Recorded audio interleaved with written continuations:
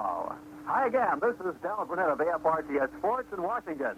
And today, from Oakland, California, it's the Pittsburgh Steelers against the Oakland Raiders from the Oakland Coliseum. Now, we'll be joining Al Wester and Monte Stickles of Mutual Sports for today's game in just a moment.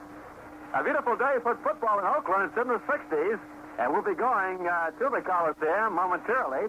This is a rematch of last year's dramatic AFC Divisional Playoff in Pittsburgh, in which the Steelers won 13-7 on a storybook last-minute catch by Franco Harris. The Raiders repeated as Western Division champions, while the Steelers are the AFC wildcard. Oakland won its sixth division title in 7 years, defeating Denver in the finale. Registered club record of fewest points allowed, 175, compared to 233, the previous mark in 1967 and 68.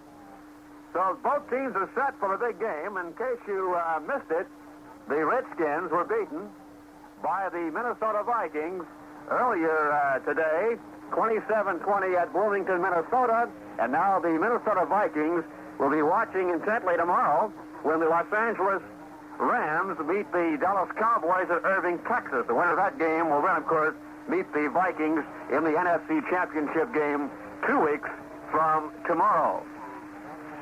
This is the first of the two AFC games. Now, tomorrow, Cincinnati will meet Miami at the Orange Bowl in Miami, Florida. And, of course, the winners of the game that you'll be hearing in just a moment and the Cincinnati Bengals-Miami Dolphins game will meet for the AFC Championship. And, of course, finally, they'll get around to it at Houston. It'll be at the Rice Stadium. It'll be the Super Bowl game for 1974. Now, the Raiders have been installed as 4-point favorites in this game. Pittsburgh finished the season with a 37-14 stomping of the San Francisco 49ers, and then they headed south to Palm Springs, California, getting ready for this game today. Let's go now to Al Wester at the Oakland Coliseum. Introduction of the Pittsburgh Steelers may be roundly booed here at the Coliseum. Remember, this is Oakland territory, and they believe in their Raiders. In spite of their inconsistencies on offense, though, the Steelers were the second highest scoring team in the American Football Conference with a team record 347 points. With Bradshaw and Franco Harris healthy at the same time, they should be in top condition for the game. In Oakland, on the other hand, the Steelers will be facing one of the best balanced teams in the National League. The Raiders also led the AFC in offense as well as defense, and they have an ideal blend between passing and rushing. Monte Stickles has the lineup, but right now, let's take timeout for 30 seconds. Pittsburgh Steelers coach Chuck Noll was asked if he would use anything new in a playoff game that he didn't during the regular season. That got you to the playoffs. You work all year and you've been successful. That's what gets you to the playoffs, and you pretty much have to do the same stuff. There's not that much. Just a few changes here and there, but for the most part, you go with what got you there. Pittsburgh Steelers head coach Chuck Ernick Van Tarkington, the daring scrambler who was finally living down his reputation for being a loser, tossed a pair of fourth-period touchdown passes today to John Gilliam, sparking the Minnesota Vikings to a 27-20 NFC playoff triumph over the fired-up Washington Redskins. More about that game, stymied for most of three quarters by George Allen's solid defense. Tarkington led the fourth-period rally with TD passes of 28 and 6 yards to Gilliam within a 65-second span as a chill crowd of over 45,000 roared. Tarkington, in the first playoff game ever for his controversial 13-year career, will now direct the Vikings, as we mentioned earlier, the NFC Championship game on December 30th against Sunday's Dallas-Los Angeles winner for a berth in the Super Bowl. Tarkington's first touchdown pass to Gilliam, who couldn't hold on to a pair of important passes in the first half, climaxed a brilliant 71-yard drive in 8 plays to wipe out a 13-10 Washington lead. On Washington's next offensive play, Nate Wright picked off a pass by Billy Kilmer, the Washington quarterback, who played an excellent game, by the way, considering the fact that he got out of the hospital on Thursday. That was the story of Game 1 in that playoff series in the National Football Conference. But getting back to this AFC playoff game now, the Raiders enjoying fine weather as they're playing this game in 60-degree temperatures, we mentioned a while ago. Steelers will be facing one of the best balanced teams in the National Football League. The Raiders led the AFC in both offense and defense. Raider quarterback Kenny Stabler set a team record by completing 62.7% of his passes. Now, his favorite targets have been wide receivers Fred Blittenkoff and Mike Ciani, and tight end Bobby Moore. However, Stabler will be hounded by front four, which many regard as among the best in pro football. They are L.C. Greenwood, Tom Keating, Joe Green, that's Joe Mean Green, and Dwight White. They've helped sack opposing quarterbacks 33 times, while the Steeler secondary topped the NFL in interceptions with 37. Marv Hubbard has gained 903 yards in the regular season this year. Charlie Smith's total is 682. Clarence Davis, 609. They will spearhead Oakland's rushing attack today, while Steeler quarterback Terry Bradshaw will be handing off to guys like Franco Harris, who picked up 698 during the regular season on the ground, and Preston Pearson, whose total is 554.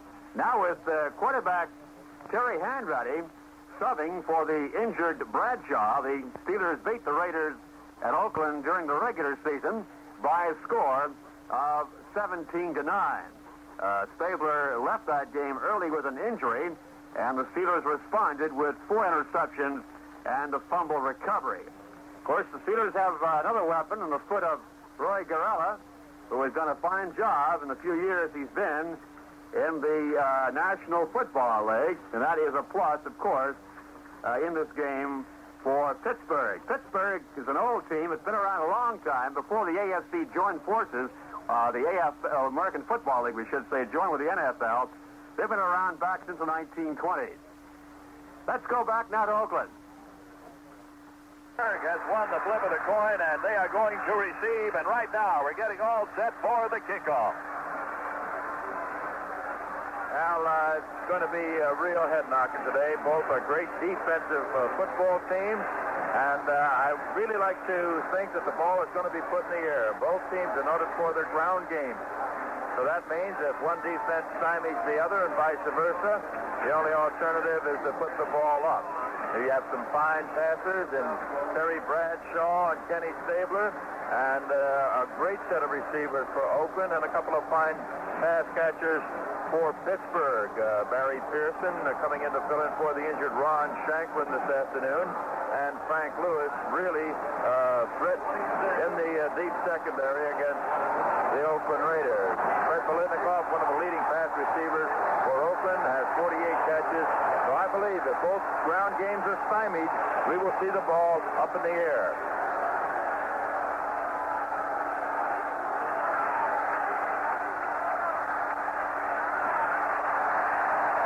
Ray Guy kicking it off.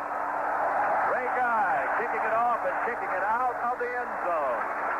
Down deep, Steve Davis and Preston Pearson waiting for the kickoff. The Steelers bring the ball into their 20-yard line. Pittsburgh has possession with a first down coming at their 20. Terry Bradshaw will be quarterbacking this football team. Number 12, Preston Pearson, number 26, and Franco Harris, number 32, are in the backfield. The wide receivers are Barry Pearson, number 83, and Frank Lewis, number 43. Lewis splits out to the right. Barry Pearson is deployed to the left. I formation in the backfield, and Bradshaw is up under the center. First down for Pittsburgh at their own 20-yard line. Approach set in the backfield now. There's a flag on the play. Sistron jumped across the line.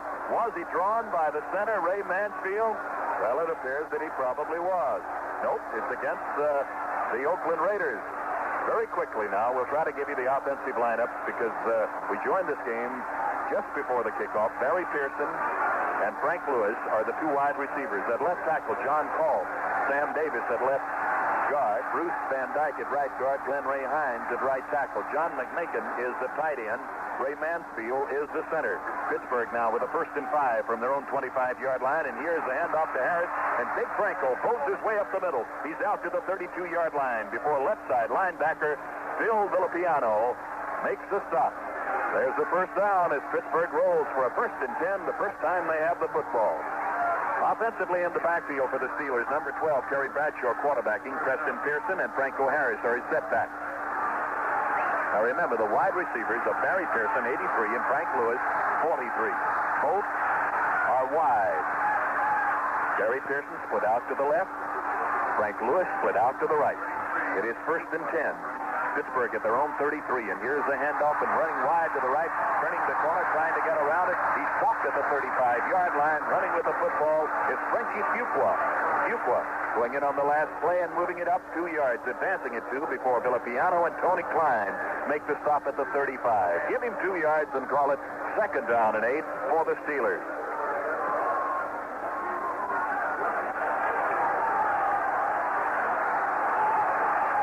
Pearson and Frenchie Fuqua are in the I formation as the Steelers line up with a 2nd and 8 from that 35-yard line. Again, Pearson wide to the left and Lewis deployed out to the right-hand side. Back to throw, pass to the sidelines. Great catch on the sidelines by Barry Pearson at about the 37-yard line as Terry Bradshaw hits his man, and Willie Brown covering over there could do nothing but pounce on top of him. That ball is at the 38-yard line. A gain of about 3 yards. It's 3rd down and 5. All right, here's Franco Harris coming in, replacing Frenchie Fuqua in the backfield for the Steelers. And Alonzo Thomas coming in as the extra defensive back and replacing number 55, middle linebacker Dan Connors for the Oakland Raiders. They're expecting the pass with a 3rd and 5 situation, long yardage.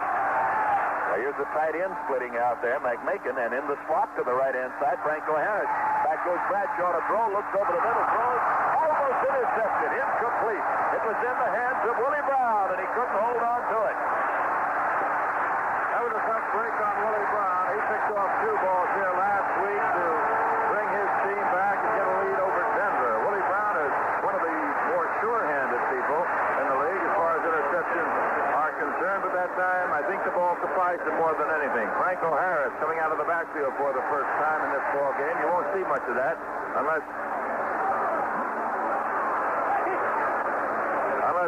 Pittsburgh throws us some more surprises. At any rate, the punt now out down at the 18-yard line. We'll get the first look at what the Raiders want to do on offense. Well, the Steelers have punted. The ball is down at the Steeler 18-yard line, and it is Oakland's ball.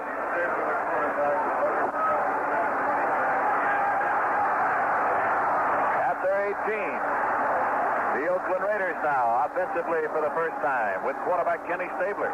The Snake calling the signals. In the backfield, Charlie Smith and Marv Hubbard, and here's the handoff, and I believe it's Hubbard who bangs over the right side, gets it out over the 20. He may have reached the 21-yard line before Mean Joe Green wraps him up at that point. A gain of about 4 yards on the play, bringing it out to the 22. That's where the officials put it down. It'll be 2nd down and 6. The Raiders with Mike Ciani as one receiver and Fred Biletnikoff as the other one. Wide to the right-hand side is Biletnikoff. In the slot out to the right is Ciani. They're heavy to the right as far as receivers go, but here's the handoff to Smith. He's trying to turn the left corner, can't do it. Run out of bounds back at the 16-yard line. Mel Blount,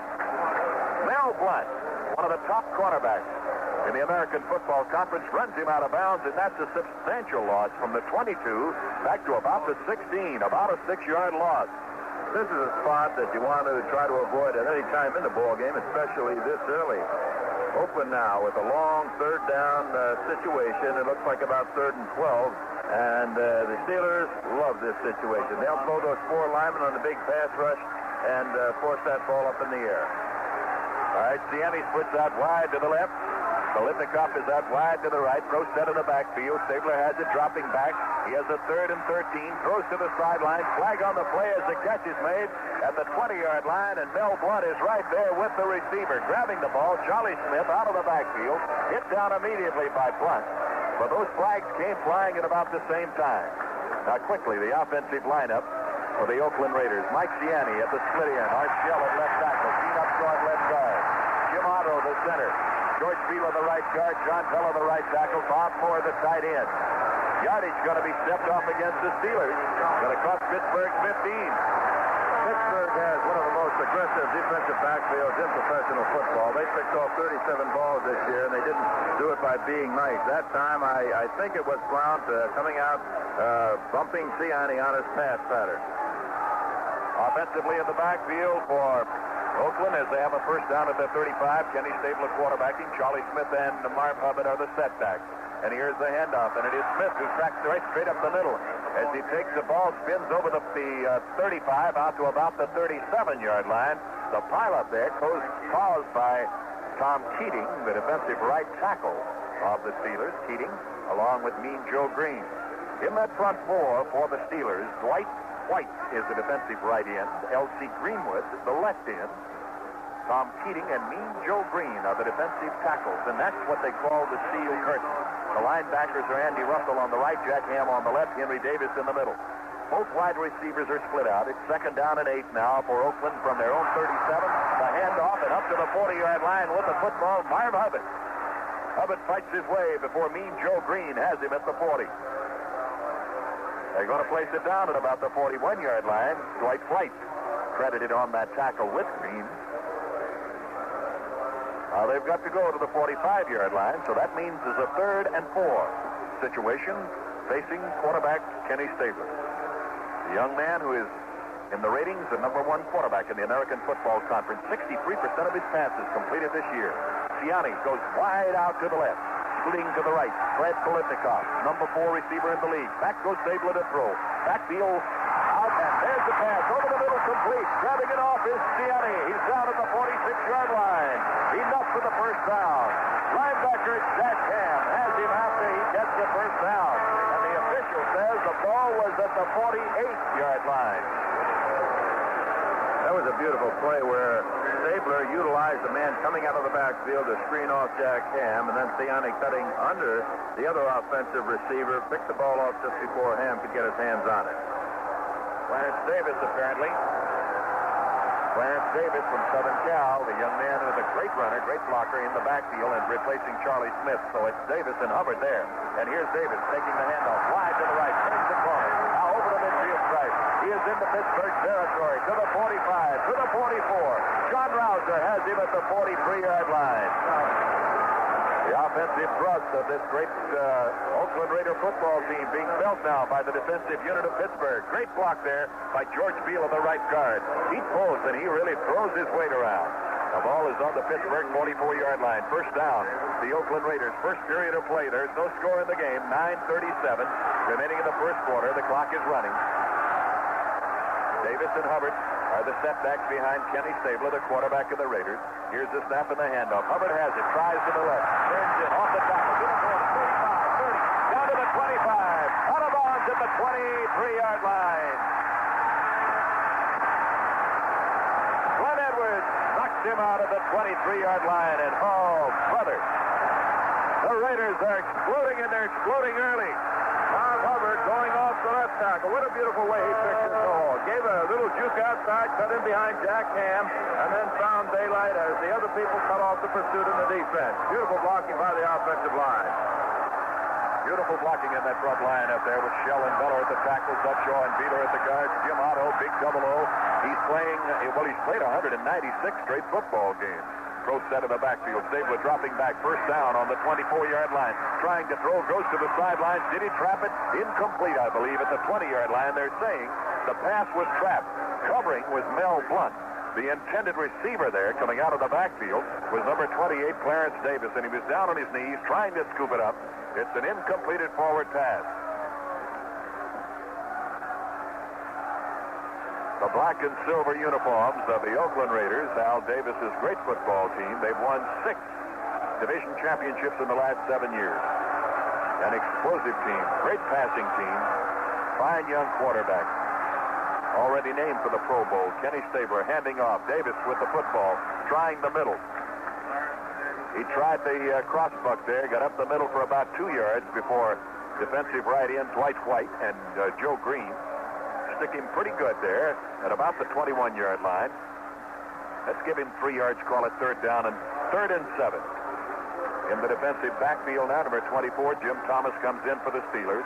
And going out of the ball game, middle linebacker Henry Davis. This is the extra pass defender. 5 defensive backs in there against the pass. With a 3rd down 7, you can expect Stabler to throw. Gianni out wide there. Handing instead in the middle to Davis, and there he goes to the 15. He's down to the 13-yard line. He's got the first down. There is a real gamble. A beautiful situation where he had the halfback draw, not the fullback draw, but the halfback draw to Clarence Davis. Really a big surprise, because you'd be looking for somebody like Banaszak or Hubbard, the big power running back, in a situation like that. Kenny Stabler really fooling the Steeler defense that time. For you that may have tuned in to catch the second half of the doubleheader here, didn't hear the first game, Van Patrick and our mutual crew in Minnesota covered and brought you the play-by-play action of the Minnesota victory over Washington, 27-20. We have a first down at the 13-yard line of the Pittsburgh Steelers for Oakland, and here's Oakland putting the ball in play, and that's Davis dropping right over the left tackle. He's inside the 5. He's down to the 3. Glenn Edwards drops him at that 3-yard line. Clarence Davis using that chop block in the middle of that time by the off-guard George Steeler just perfectly. Slithers through, and he loves to cut the daylight. He loves to cut back in there. Davis this year carried the ball 116 times for 609 yards, a 5.3-yard average per carry. Monte, Bob Coffey tells me that's the 6th first down in a row in this drive by the Oakland Raiders. They have moved the football. And here's something you don't usually see against Pittsburgh. Pittsburgh may give up 1 or 2 first downs on a drive, but never 6. This is really something unique for their defense to give up that many. They're moving the ball over to the hash mark and measuring it there, and I do not believe that they have the last first down. They may have missed it by an inch. The indication is that they did.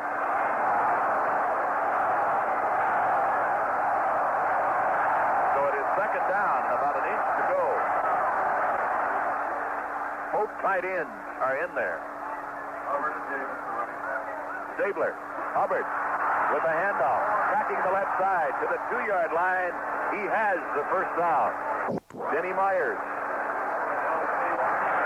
making the tackle along with Mel Blunt. And it is first and goal for the Raiders with the ball at the 2-yard line. Hubbard wanted the touchdown that time. He felt he could pick up the first down. He's run for 6 TDs this year. 54,000 packed into the Coliseum here at Oakland, California. Al Wester, Monte Stickles, Bob Coffey, our mutual West Coast crew. Oakland on the verge of a touchdown. It's a scoreless football game here in the first quarter with 6:04 remaining. Stabler has him up to the line. First down, goal to go from the 3. Man in motion to the left, and here's the handoff. It is Charlie Smith who tries to crash through the left tackle, but he finds the hole is clogged at the 1-yard line. Tom Keating is the man responsible for stopping the play right at the 1-yard line. Beautiful block there on that play, Monty, by Marv Hubbard. Hubbard, he just couldn't clear the way far enough.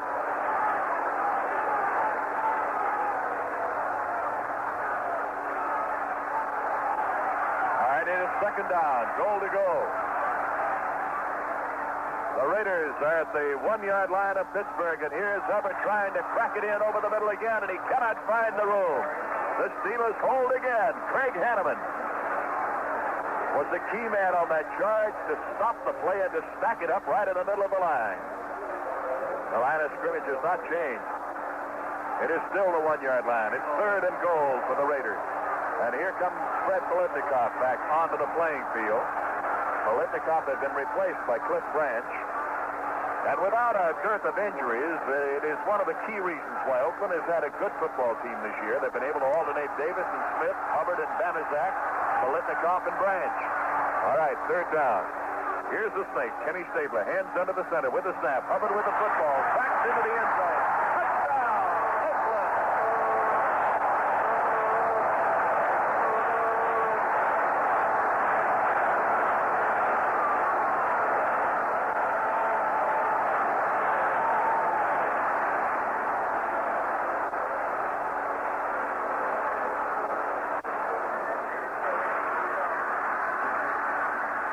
Beautiful block by Gene Upshaw, the left guard, making it possible for Marv Hubbard to crack in from the 1-yard line on the third try. Oakland's on the scoreboard. The Raiders lead the Pittsburgh Steelers by a score of 6-0. They have not been able to beat the Steelers the last 3 times out. Here's the try for the extra point. George Blanda pushed it between the uprights. It is good. So with the score, Oakland 7, Pittsburgh nothing. There's a timeout on the field. That game we told you about earlier, the NFC playoff game at Bloomington, Minnesota, won by the Vikings 27-20. Looking at the stats, very, very close. The Redskins had 18 first downs, Minnesota 17. Rushes, 42 for the Redskins, 155 yards. Minnesota on the ground 34 times for 141. Through the air, Washington gained 159 for the Vikings, and Tarkington 218. Return yards, 46 for Washington, 29 for Minnesota. Kilmer attempted 24 passes, completed 13, had 1 pass intercepted. Tarkington attempted 28, completed 16, and also had 1 pass intercepted. In the punting department, Washington kicked 4 times, 37.3 for Mike Bragg. For Minnesota, 6 times with 31.9. Fumbles lost. Washington had 2 fumbles. They lost 1. Same thing for the Vikings. Penalties, none for Washington. 2 against the Vikings for a total of 9 yards. You can see, as the score indicated, a very, very close game. The Redskins got down inside the 30-yard line twice in the first half, but could not come up with any points on the board.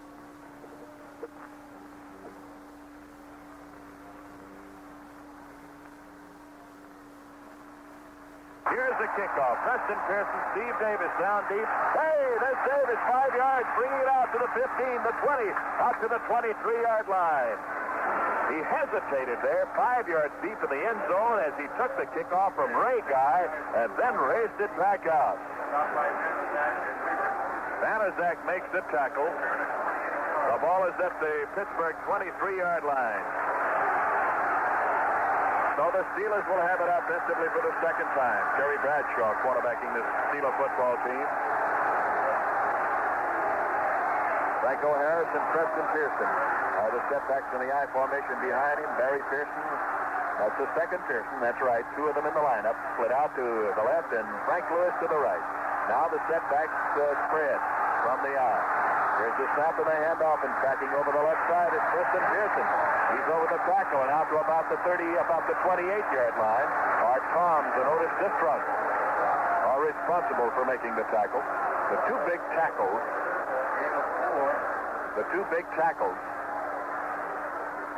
of the Oakland Raiders make the stop up at the 28-yard line, so let's call it a gain of 4 yards. We'll call it second down and 6. They've got a station break coming up very shortly as Pittsburgh with a second and 6 from their 28-yard line up.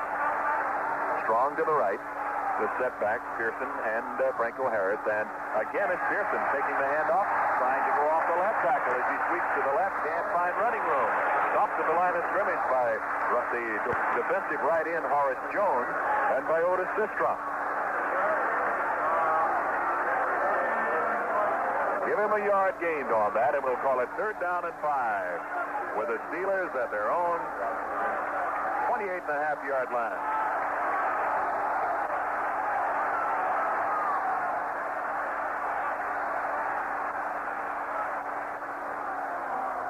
Three minutes and 29 seconds it ends. The handoff goes to Franco Harris, and Harris is covered at the 30. Horace Jones, Tony Klein, the whole defensive front 4. For the Oakland Raiders, and Oakland goes mad. Jones and Toms and Sistrunk and Klein in that front 4 with Irons, Dan Connors, and Bill Villatiano as the linebacker. And back in the punt formation goes Bobby Walden. He's standing on his 15-yard line. Here's the kick. Back there waiting for it and making a catch is Atkinson at the 30-yard line. He's spun on the tackle back to the 25, but I think it'll be marked, if I'm not wrong, at about the 27. Al, I might notice a little bit of complacency possibly in that the Pittsburgh Steeler offensive line. The last 2 times they tried to get the ball on the ground on first and second down yardage, I noticed the tight end, McMakin, was on his back in the backfield, had been knocked back there. So was the left tackle, Colbs. So the defense of the Oakland Raiders really handing it to the Pittsburgh offensive line. They're going to have to suck it up and get ready for this football game. They've been knocked down now 2 or 3 times in a row. There's a timeout on the field out here with the score. Oakland 7, Pittsburgh nothing. Now this word. Reiterating on some of the things I just said, the Raiders are really handling that front line of the Pittsburgh Steelers. Otis Sistrunk, who you saw jump off sides in the first play of the game, probably because of anxiousnness, is really handling his people in the middle. Now, they've made some adjustments the Oakland Raiders have in that defense because they have had some problems against trap blocking and off tackle blocking where a guard is pulling. So they've made a couple of adjustments. They've gone to an odd man front with linebackers running from the rear, either left or right, and it's really hurt the Pittsburgh offensive line. So I expect this thing to take a little bit better shape now if Pittsburgh wants to remain in this ballgame. They've got to toughen up.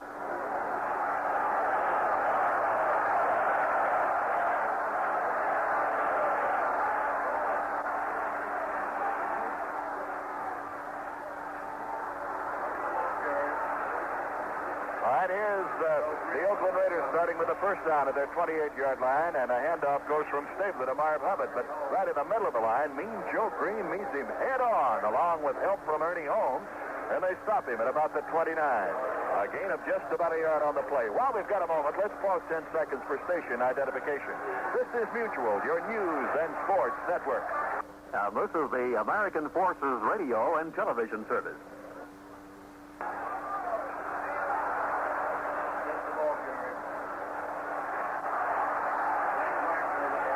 Stabler handing off down to Charlie Smith, and Smith trying to turn the corner, hit behind the line of scrimmage as the strong side linebacker, or strong safety, Mike Wagner, comes charging across and makes a tackle about a yard behind the original line of scrimmage. It looks like he's hit back at about the 28-yard line. That's where they're putting it down, at the 28 to the original line of scrimmage. So it'll be third down, 10, Oakland from their 28-yard line. The Oakland Raiders lead in this football game 7-0. There's a minute 49 left in the first period, and the clock is running. Both wide receivers, Siani along with Politnikov out wide to the right. Stabler is back to throw. Plenty of time. Looks, throws, incomplete. At the 35-yard line, up at the 40-yard line. A comeback pattern by Mike Siani that bounced right off of his chest. A little bit tough to catch a ball that's thrown with the velocity that Kenny Stabler has behind it. Siani coming back towards the ball, the momentum of his body crashing into the football, coming very, very hard at him. It's awfully tough to catch, especially if you don't try to use your hand. He was trying to body catch at that time. Well, Monte, you've caught enough forward passes as an all-pro at one time with the San Francisco 49ers and twice All-American at Notre Dame to know a little bit about that. Here's the kick as the Raiders put the ball in the air. It's a fair catch called for. And the ball is pulled in by Dennis Myers. Myers makes the catch at the 34-yard line as the Raiders have to kick it away on a 4th and 10 situation. Good field position now. The Steelers have the ball at their own 34-yard line, and they're down in this ball game by a touchdown. A minute and a half remaining in the first period from the Coliseum here in Oakland, California. The Raiders lead 7-0 over the Pittsburgh Steelers. As they took the football, they moved 6 straight first downs, 82 yards for a touchdown the last time they had possession. So with the score, the Oakland Raiders 7, the Pittsburgh Steelers nothing. There's a timeout on the field. Eddie Crowder, looking for replacement with a successful major college coaching career, resigned today as head football coach at the University of Colorado, but remained on as the school's athletic director. Crowder said that he hoped to name a successor as soon as possible, but said that Maryland coach Jerry Claiborne, a former Colorado assistant and Crowder's #1 choice to assume the control of the Buffalo program, definitely would not take the job. And Crowder told a late morning news conference at Boulder today, "I would like to clear the air on Jerry Claiborne. Jerry made a contract for 2 more years with Maryland and intends to remain there. He's a man of principle who wants to fulfill his obligation. I realize that is rare." Among the possible successors were Frank Kush of Arizona State, Don James of Kent State, Bill Battle of Tennessee, Frank Broyles of Arkansas, and Johnny Majors of Pittsburgh. Crowder said he made extensive contact with possible candidates and said he would make the final decision. Well, the officials put it back into play very hurriedly there. They clipped us for about a half a minute of our timeout, and consequently, we miss a big play. Not a big play, but one in which Terry Bradshaw takes the snap, goes all the way back to his 15, tries to come to the sidelines with a pass, throws it away. He just can't reach his receiver. So it is second down 10, Pittsburgh with the ball at their own 34-yard line. High formation. Franco Harris, Preston Pearson, set backs behind Terry Bradshaw. He has the snap. He's back to throw. He's got the time. He looks and he goes. Incomplete at the 45-yard line of the Raiders, intended for tight end John McMakin. McMakin made the turn-in behind Bill Villapiano, the left side linebacker. Made a dive at it. Bradshaw with plenty of time to throw. Rifled him one out there that gave him too much of a lead. So it is third down, 10. And the sun breaks through. Throughout the afternoon, we've had it breaking through here. It rained all day yesterday. McMakin goes out of the ball game. At tight end, Dave Williams has come in. And I believe we are going to have a timeout. We are going to have a timeout for the Steelers. So if we've got a timeout, let's take 30 seconds for our stations now, because our stations need a little extra time. So timeout now for 30 seconds. Now, I noticed on that last play over the middle, the Raider linebackers converging very well. They read the quarterback's eyes in that zone defense. And, of course, when Villapiano feels the pressure of the tight end going across the middle, he starts calling to his defenders, saying in. They hear this, they get the support call, and then they converge on the football. So it was lucky that McMakin wasn't a little bit closer to that football. Dan Connors really had a shot at him.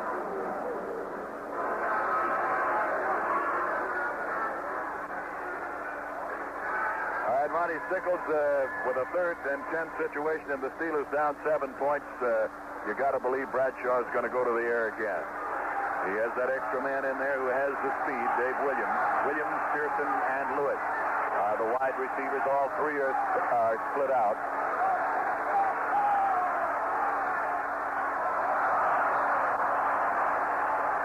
Well, apparently one of the Raiders jumped off sides. Forrest Jones, the right end, defensive right end, as the alignment came up to the line of scrimmage. And Pittsburgh, the Steelers picked the football up and just held it. The flag did fall, and it'll be 5 yards against Oakland, moving the ball out to the 39-yard line, and it'll be a 3rd down and 5 situation instead of 3rd and 10. Offside against the Raiders. Pittsburgh with the ball at their 39-yard line. Back in a huddle between the 25 and 30 now as they break. Here's Williams wide out to the left-hand side. Barry Pearson in the slot to the left. Frank Lewis is split out to the right. Franco Harris and Preston Pearson are the setbacks behind quarterback Terry Bradshaw. Bradshaw back in the pocket. He'll throw. He looks. He finds a man. He rifles it. It's complete at the 46-yard line of the Oakland Raiders, and down the minute he caught the football was Dave Williams. He's nailed and brought down by Willie Brown. Boy, this Williams has got a lot of moves. He sure does. He's a smart cookie. He's been around the league about 7 years now. Came over from San Diego and they cut him loose. He knows coverages. He just works for an open spot, that time in front of Willie Brown. Dave Williams first. All right, it is first down for Pittsburgh. And the ball is down at the 47-yard line. That's where it's placed in Raider territory. A bluff for the quarterback. Bradshaw keeps. Spins around the right side. Broken play as he comes to the sidelines and out of bounds at the 45-yard line. It had to be a broken play, Monty. Right, Al. You wouldn't want to turn your quarterback loose in this league on the option play. The wishbone hasn't taken over yet. And I always wonder about Chuck Noll when he sees his quarterback rolling out or running or scrambling in a situation like that, because Terry, as you know, was hurt a few weeks ago with a separated shoulder. I'd get a little nervous if I was coach. I got to believe it. Bradshaw had the football, hit it on his hip as he rolled out to the right, and I think he was looking for Preston Pearson. Pearson is the deep back in that eye. Franco Harris is in the middle.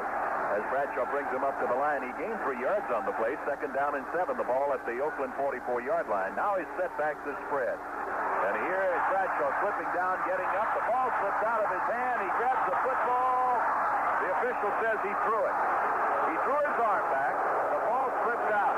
As he brought it down, it slipped out and fell on the ground. That's the ruling. If your arm is coming forward, the motion of your arm is coming forward, the ruling is it's an incomplete pass from there, no matter what happened.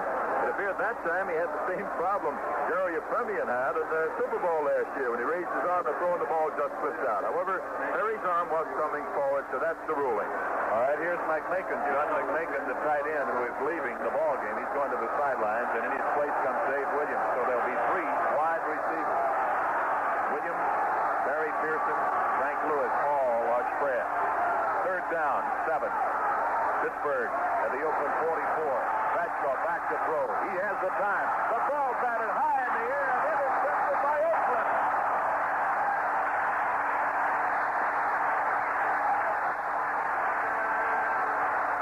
Art Combs is the man who hit the ball in the air, and Bill Villapiano, the left side linebacker, is the man who picked off the interception.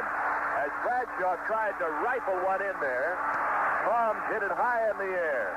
Intercepted, and at the 40-yard line, the Oakland Raiders have possession. 23 seconds remaining in the first quarter. Oakland ahead in this football game, 7-0 over Pittsburgh. Here's Kenny Stabler bringing them up to the line of scrimmage, handing it off to Charlie Smith, as Smith takes it, tries on the crossbuck, going over the right tackle, hits at the line of scrimmage, blasted down at about the 39-yard line.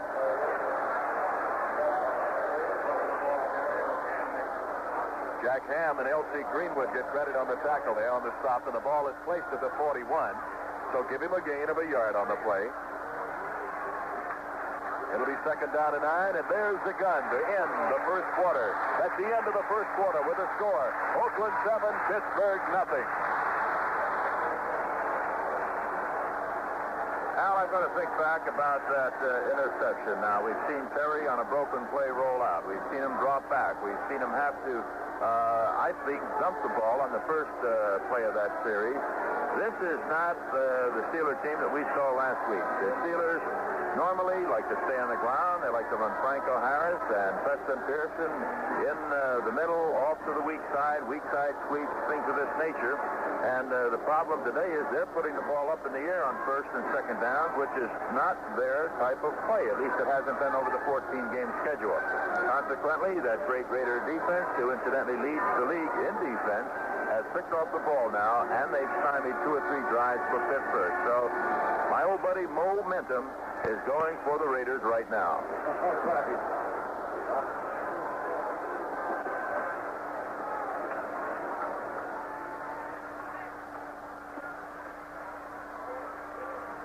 All right, Monte, the first play of the second period, Oakland in front by a score of 7-0. In case you tuned in late, didn't catch the first of the doubleheader today, the Minnesota Vikings defeated the Washington Redskins 27-20. And our sports director, Van Patrick, had a great game up there in Minnesota. Tremendous football game. Now tomorrow, 12:45 Eastern Standard Time, over many of these mutual stations, Cincinnati is at Miami, and I'll be in Miami, flying there tonight to broadcast the Miami Dolphins and the Cincinnati Bengals. And then Van Patrick will be over in Dallas to bring you the Los Angeles Rams and the Dallas Cowboys as the second half of the doubleheader. And I'll be laying in bed listening to you, Al. How about that, buddy? Oakland has the 2nd and 9 situation from their 41-yard line after the interception. Here's Stabler giving it off to Davis. Davis spinning out wide to the left, cuts in, finds running room, gets out to the 44-yard line. He's hit down at the 44-yard line as Dwight White and Andy Russell are responsible for the stop. In that defensive front line for Pittsburgh, L.C. Greenwood, Dwight White at the ends, Joe Green, Mean Joe Green, and I believe Ernie Holmes at the moment. No, Tom Keating at the tackles. The linebackers are Andy Russell on the right, Jack Ham on the left, Henry Davis in the middle. Mel Blount and John Rouser are the corners, and Glenn Edwards and Mike Wagner are the safeties. 2nd down and about 6. Back to throw.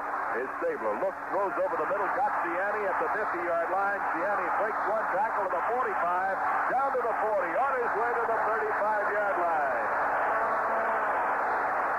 Mike Ciani with a great catch and a great run before Henry Davis runs him out of bounds at the Pittsburgh 35. Ciani came all the way across on that pattern. Stabler had both backs coming out of the backfield, which is really a surprise for me because the offensive line in this last game with Pittsburgh had such a hard time holding everybody off. I thought they may hold the backs in the block this time, but they didn't. They cleaned out for Ciani coming underneath, and he caught the ball. That is first down for the Oakland Raiders. In possession of the Pittsburgh 35-yard line. And Stabler with a quick snap, handing it off and giving it to Pete Vanderzack. And Vanderzack has running room. As Gene Upshaw and Art Shell open a hole for him. Andy Russell finally pins him as he goes over the left tackle down to the 30-yard line. The official puts it at the 29-yard line for a gain of 6 yards. It'll be second down and 4 for the Oakland Raiders on the 29-yard line of the Steelers. We're in the second period. Oakland leads in this football game 7-0. They moved early in the first quarter. 6 straight first downs. Went into the end zone with Marv Hubbard jamming it over from 1 yard out. Second and 4. Oakland at the 29-yard line. The handoff. Vanderzack again over the middle. He's got the hole to the 25, to the 22-yard line. Andy Russell along with Tom Keating. Russell and Keating make the stop. That ball is on the Pittsburgh. 7-0 they lead. 11:04 in the clock running in the second period. And Vanderzack flex over the left side. He's down to the 10-yard line. He's inside the 10-yard line. First down, Oakland. First and goal to go.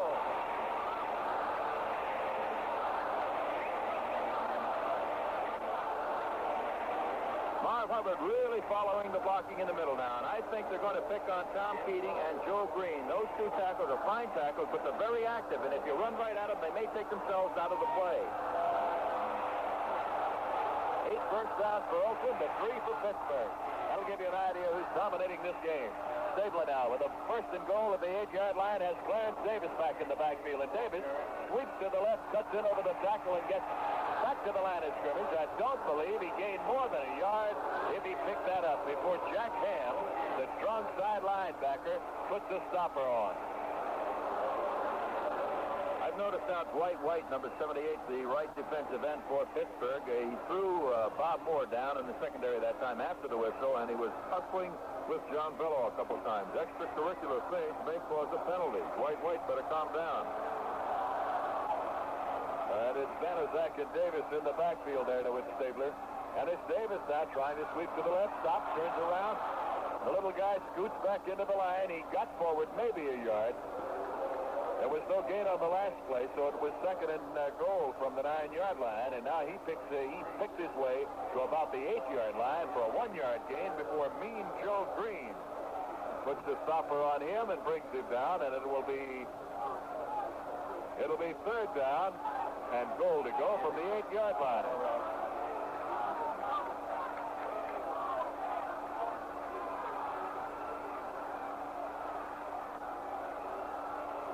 As the Raiders line up with a third down situation, quick snap, the wide receivers out, both of them. Stabler looking for a man to throw to. He's being pursued now, and he's going to have to eat the football back at the 17. L.C. Greenwood was there. Joe Green was putting the pressure on him, and also up to help on that and really give a charge at him was linebacker Andy Russell, defensive captain of this football team. So it is fourth down, and the Raiders could not put it in there. That means the field goal contingent will come on. George Blanda will be moving in there. The line of scrimmage is back at the 18-yard line, a loss of 10, and Blanda will be kicking. He will attempt the field goal with Kenny Stabler holding at the 25.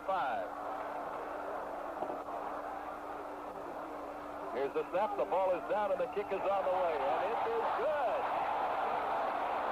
So, with the score, the Oakland Raiders 10, the Pittsburgh Steelers nothing. There's a timeout on the field. Let's take a look at these two teams now in the regular season. Oakland 9-4-1, Pittsburgh 10-4-0. The Raiders started off by losing to the Minnesota Vikings 24-16. Then they defeated the world champion Miami Dolphins 12-7, lost to Kansas City 16-3, defeated St. Louis 17-10, San Diego 27-17, tied Denver 23-all, beat Baltimore 34-21, shut out the New York Giants 42-0, then lost a couple of games in a row. The Raiders lost to Pittsburgh 17-9 and to Cleveland 7-3.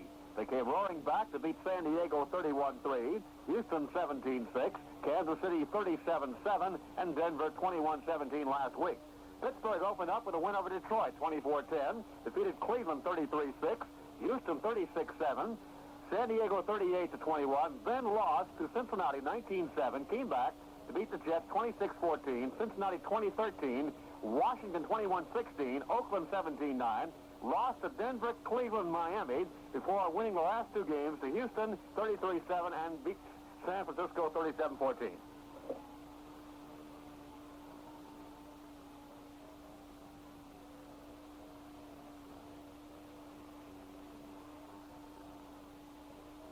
Up down deep, Preston Pearson and Steve Davis, and Pearson has it out to the 10, the 15, picking his way to the 20. He's up to about the 23-yard line, and he's nailed there by Monte Johnson.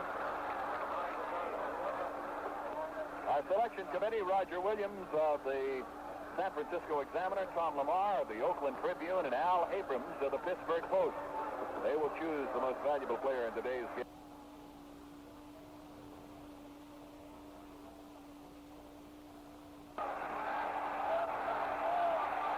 Pittsburgh has the ball at their 23-yard line with a first down. Bradshaw now has got to get the offense away. Franco Harris and Preston Pearson are his setbacks behind him. Hands it off to Pearson, and Pearson sweeping wide to the right, puts his head down, barrels his way out to the 25, on up to the 26-yard line, as Phil Villapiano is the man to make the tackle at that point. Sam Davis, the left guard of the Steelers, fine pulling guard, with excellent speed, really pulled and led the way there on a good sweep to the right, moving it from the 18 out to the 21, a gain of 3 yards. We'll call it 2nd down and 7. Going to the sidelines, Dave Williams, and John McMakin now comes back in at tight end. Here's Preston Pearson, Barry Pearson, split out wide to the left. Frank Lewis to the right.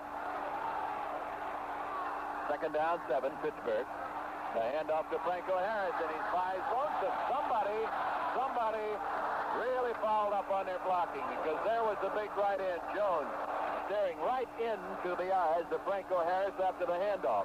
Art Toms and Horace Jones responsible for stopping him at the with a pickup of maybe a yard. He got it out to about the 27-yard line, so we'll call it 3rd down and 5. Could have been Davis that fouled up on the play. Maybe the call was to keep him in the line, but usually he goes and blocks for Franco in that play. 3rd and 5. The Steelers at their 27. A pitch out to Franco Harris.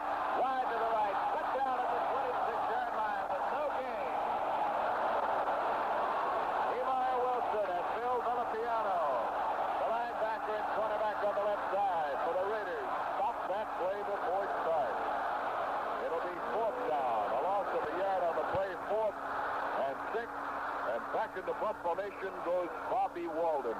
A 41-yard average. His longest kick, 57 yards. Jimmy Warren and George Atkinson are the beatbacks. That's Warren up at about the 45, and back at the 30 is Atkinson, and here's the kick, and Atkinson has it at the 33, the 34, to the sidelines, up the sidelines to the 45, the 50, to the 45-yard line of the Steelers, and out of bounds. But back at the 33-yard line is the flag. George Atkinson with a great run back, and it may be nullified. I see another flag, too, at the 45-yard line. Monte? Right, the first call will probably go from the one at the 32, where Joe Carroll was trying to block, but he did not have the right angle. And what he was trying to do was give a little shove to the man in front of him.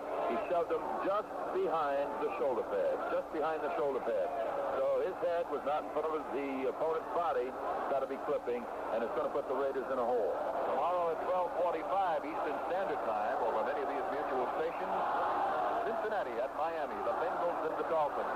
I'll be in Miami, flying there tonight to broadcast that game. Then following that game, immediately following, Van Patrick will be in Dallas, Texas. Van will have the Los Angeles Rams and the Dallas Cowboys. Well, looks like a timeout down there. So, with the score, Oakland 10, Pittsburgh nothing. Timeout on the field. Now, let's check a few stats right now. These two teams during the regular season. The passing department for Pittsburgh, they had 3 passers. With the injury to Bradshaw and Hanratty, Joe Gilliam filled in for a while. Bradshaw, considered the number 1 passer, attempted 180. Completed 89. His percentage was 49.4 for 1,183 yards, 10 touchdowns, and he had 15 passes intercepted. Terry Hanratty attempted 69, completed 31. His percentage was 44.9, 643 yards, 8 touchdowns, and had 5 passes intercepted. Young Joe Gilliam attempted 60, completed 20, 33.3, 331 yards, 2 touchdowns, 6 passes intercepted. Kenny Stabler has one backup man. That's the veteran Darryl LaMonica. Stabler completed 163 passes. He attempted 260, 62.7 the top pass of the AFC. 1,997 yards, 14 touchdowns, and he had 10 passes intercepted. Clarence Davis taking a handoff from Kenny Stabler on a first down from their own 18-yard line. Scoots over the middle of the line, breaks to his left, gets all the way out to about the 25-yard line. Glenn Edwards racks him up at that point. A gain of just about 7-8 yards. They place it down at the 26. The Raiders have the ball at their 26 with a second down 2 situation. Gianni wide to the left. Bolitnikov split out to the right, deployed out to the right. Here's the snap, the handoff to Marv Hubbard, and Hubbard is cut down behind the line of scrimmage by L.C. Greenwood. The big defensive left end, a sparkling play as he cracks through. He takes his man with him, throws him into Hubbard, and Hubbard is knocked down for a loss. That's going to drop the ball back to the 22-yard line. Going to be 3rd down and 6 now. 3rd and 6 for Oakland. The ball at their 22. And again, the wide receivers are split out. Bob Moore, tight on the line there, is the tight end. Charlie Smith, Marv Hubbard, and Clarence Davis, I beg your pardon. And Davis takes the handoff. And Davis tries the crossbuck and comes up to the 25-yard line. They have gained 3 before the linebackers, Jack Ham and Henry Davis, stop him at that point. That will bring up a kicking situation. 4th and about 3. And the punter, Ray Guy, goes into the game. And what a punter. Second in the American Football Conference this year, 45-yard average. This fellow once kicked one this year that hung 5 1/4 seconds in the air. Can you imagine? Number 1 draft choice, the deep back.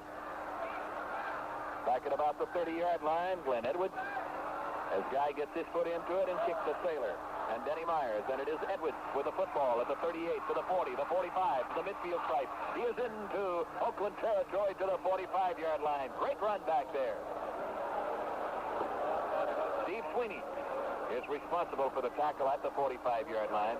Let's take 10 seconds now for station identification. This is Mutual, your news and sports network. And this is the American Forces Radio and Television Service.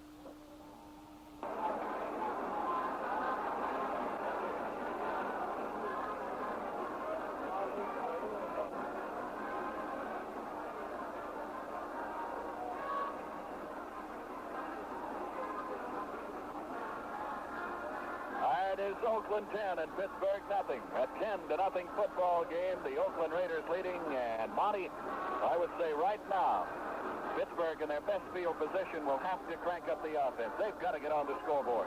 This is true. The Raiders put themselves in a bind when they had a clipping penalty on the last punt exchange. They got deep in the end zone, and typical, I think, of the Raiders all year in their theory, especially after being successful and having a 10-point lead, does not want to take a chance of putting the ball in the air, getting themselves in jeopardy. However, with the the kick return, it got them back in the field position. Ray Guy kicked them out of trouble, but then the return up the middle caught the Raiders by surprise, and the Steelers are in business. Franco Harris Harris and Preston Pearson. The setbacks in the I formation. Both wide receivers split out. Pittsburgh 1st and 10 at the Oakland 45-yard line. Now the setbacks are strong to the right. And here's a bluff up the middle. Back to throw. And throwing to the sidelines. Completed the 35-yard line. Grabbing that football is Pearson. Pearson is down to the 25. On the way to the 20 before Danny Connors finally brings him down. Great pass combination. Jerry Bradshaw to Preston Pearson, and it's good for a big game. The ball is at the 22-yard line of the Raiders. 3 minutes and 55 seconds remaining in the second period here from the Coliseum in Oakland, California. 10-0 Oakland leads Pittsburgh, and the Steelers now trying to get it back. They have a first down. That's their 4th first down of the ball game. Wide to the left, Barry Pearson. Frank Lewis is split out to the right. Barry Bradshaw with the first down at the 21-yard line of the Raiders now. As the snap and hands it off to Frenchie to Franco Harris, and Harris cracks over the right tackle to the 15-yard line before Phil Villapiano brings him down right on the 15.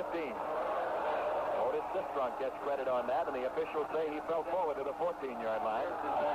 That's a gain of 7 yards. It'll be 2nd down and 3 for Pittsburgh. Steve Davis goes out of the ball game.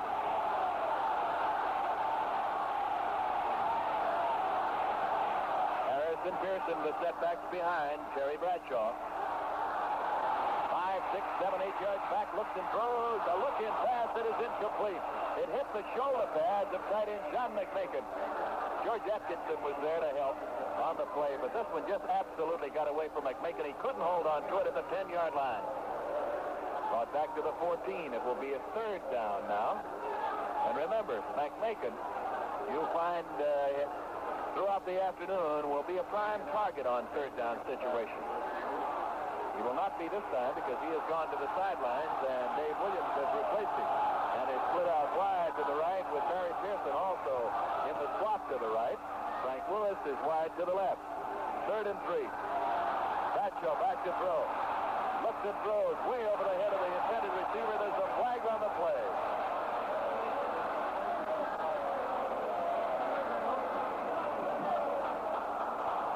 Like a personal foul against the Raiders. It's going to be a costly one. Tony Klein got a little too exuberant, you might say. Yeah, he came in, and after the ball was thrown, took a little whack at Terry Bradshaw. It's going to cost him. And what a situation, because the Steelers could have gone to 3. Now they have a first down and a chance for 7. So Tony Klein's personal foul, roughing the passer, it really puts the Raider defense in a bind.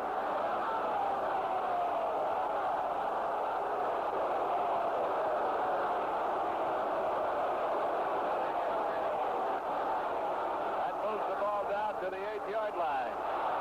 The Raider 8-yard line. It is 1st and goal to go for the Steelers at that point. And now Bradshaw is going to have to work against a tremendously fine defensive unit. The handoff is to Franco Harris. Wide to the left. Stiff arms one man. Can't get away from the other. Down at the 7-yard line as Jack Tatum refuses to let him turn the corner.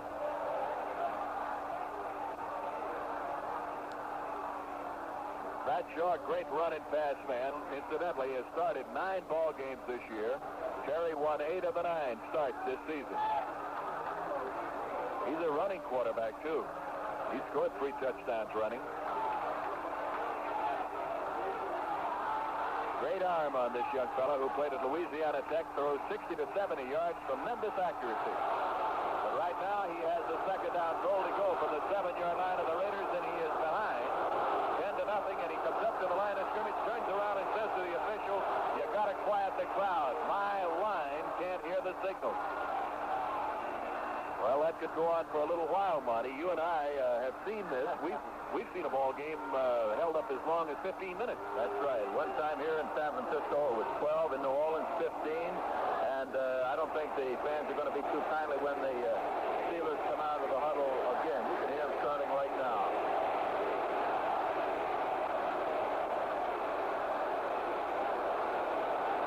Pittsburgh at the 7-yard line with a 2nd and goal. Bradshaw with a snap, and here it is. Franco Harris blasting up the middle. He's inside the 5. He's at the 3-yard line, and Dan Connors backs him up right there.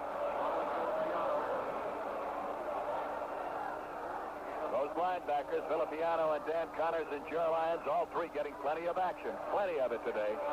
The ball is down at the 4-yard line. It'll be 3rd and goal from the 4.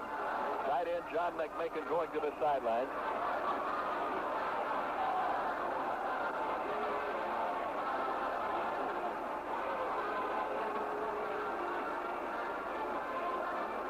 The 2-minute warning now.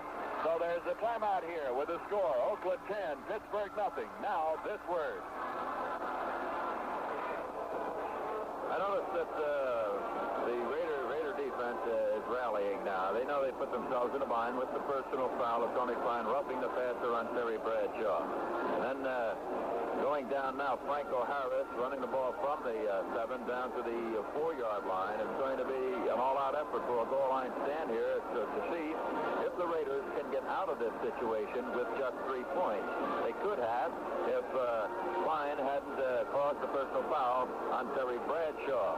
The situation was 3rd and long. The ball was incomplete, and the Raiders, or rather the Steelers, would have kicked a field goal in the situation. However, now it's 3rd down. It's a big down for the Raider defense. If they can stop them here, they can get away with the 3 points possibly and make up for that personal foul on Terry Bradshaw.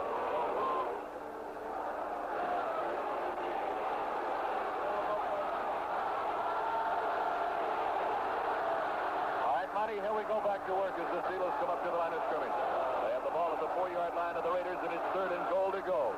Bradshaw charged up, calling the Stickles run. He sprints out to the right. He looks, he throws. It is complete at the 1-yard line. So, touchdown. The official says touchdown to Barry Pearson. Pearson made the grab. Willie Brown was with him. A great pass into the end zone, into the very edge of the end zone. Bradshaw made the grab at the way. Bradshaw hit Pearson at the 1-yard line. Pearson got his shoulders and 1 foot inside over the goal line, and that was enough for the score. I've got to believe it was a good call by the referee. As Pearson turned on the football, the ball and the defender came together at the goal line, and Pearson showed over. They knocked him out of the end zone, not being able to get in for apparently the touchdown. All right, there's the kick. The point after, booted by Roy Girella. It is good. It is good. So, with the score, the Oakland Raiders 10, the Pittsburgh Steelers 7. There's a timeout on the field. In one of many college bowl games at Tempe, Arizona last night, the high-powered offense of Arizona State was stymied through 3 quarters. Well, they came up with 3 fourth-period touchdowns to defeat the Panthers of Pittsburgh 28-7 in the Fiesta Bowl.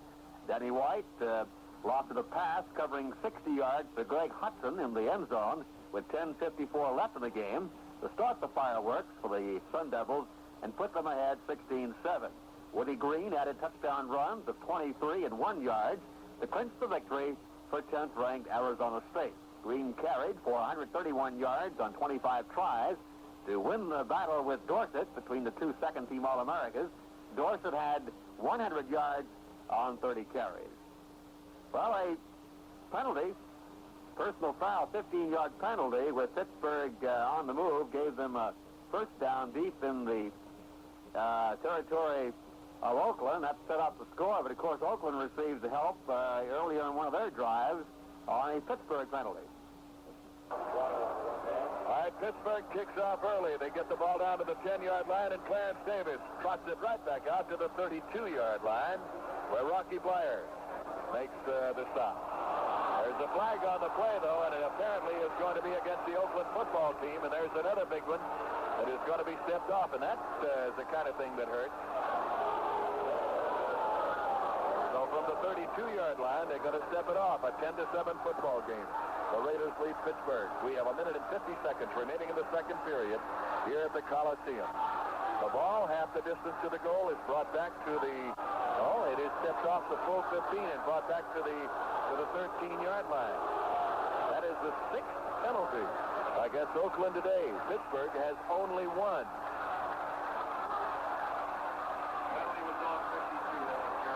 First down. 1st and 10.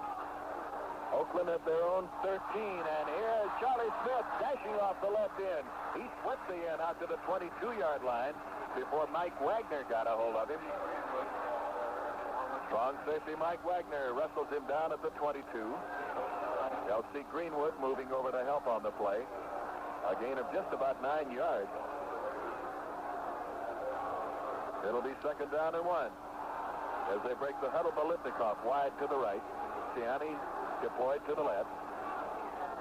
Stabler with the snap, and Hubbard gets the handoff and cracks over the middle and brings it up to the 25 for a first down.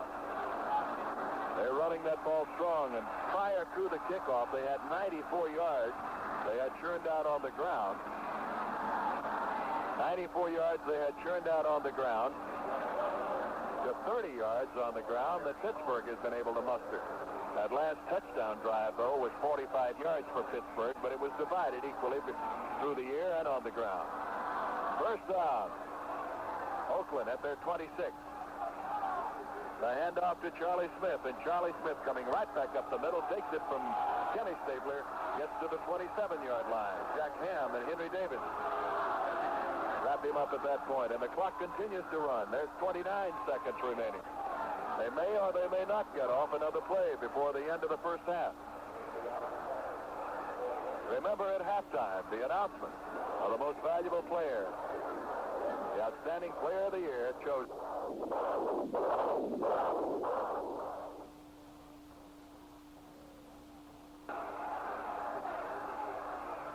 Stabler barking signals and giving it to Smith again, and Smith sweeping to the left, cutting it over the left tackle. Stopped just as the gun goes. He stopped at the 30-yard line. The gun to end the first half. So that is the end of the first half here in Oakland, California, with a score. The Oakland Raiders 10, the Pittsburgh Steelers 7. Now San Diego 88, Kansas State 75. In the Dayton Classic, it was California 64, Drake 62, and the host team, Dayton, defeating Georgia 63 to 55. That was college basketball on Friday. The Oakland Raiders will receive, and the Pittsburgh Steelers will kick it off. The second half about to get underway from the Coliseum here in Oakland, California. 10-7, the Raiders lead the Steelers. Teeing the ball up is Roy Girella at the 40-yard line. Clarence Davis and Charlie Smith are the deep backs. Smith and Davis, two real speedsters. All right, Girella comes forward, puts his foot into it, lifts a high long one. Clarence Davis at the 3, out to the 10, to the 15, to the 20, to the 25, to the 30. Oh, he's got great leg action. He gets it out to the 33-yard line. Rocky Bleier once again to make the stop. The ball is placed down at the 30, just over the 32. We'll call it the 33. Rocky Bleier, he must lead the world in tackles on the special teams. You know, he's the only guy in the National Football League who is a Vietnam veteran with 2 Purple Hearts, so nothing scares him. He's really tough on that suicide squad. I have Hubbard and Charlie Smith in the backfield with Stabler, and he drops straight back to throw. Comes to the sideline, completes it to Mike Ciani at the 35. Ciani to the 40, out of bounds at the 41-yard line. John Rouser bumps him out of bounds. Mike Ciani making the grab.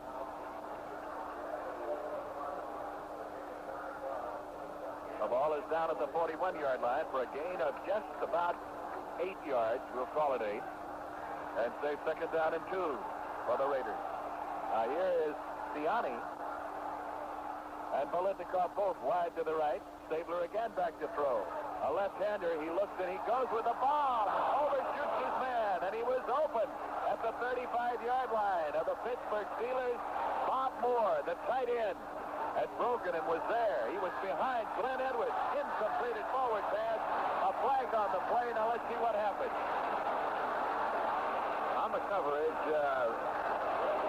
Pittsburgh, it rolls to their left, double covering the man in the slot. Circle it off to Mike Ciani to split on that side. So the tight end, Bob Moore, from the left, was easily working his way through the secondary, running a flag pattern. And it's just too bad Kenny couldn't pinpoint that pass. Would have been a long gainer. 15 yards, stepped off, personal foul, moves the ball over the midfield stripe. Oakland has great field position now.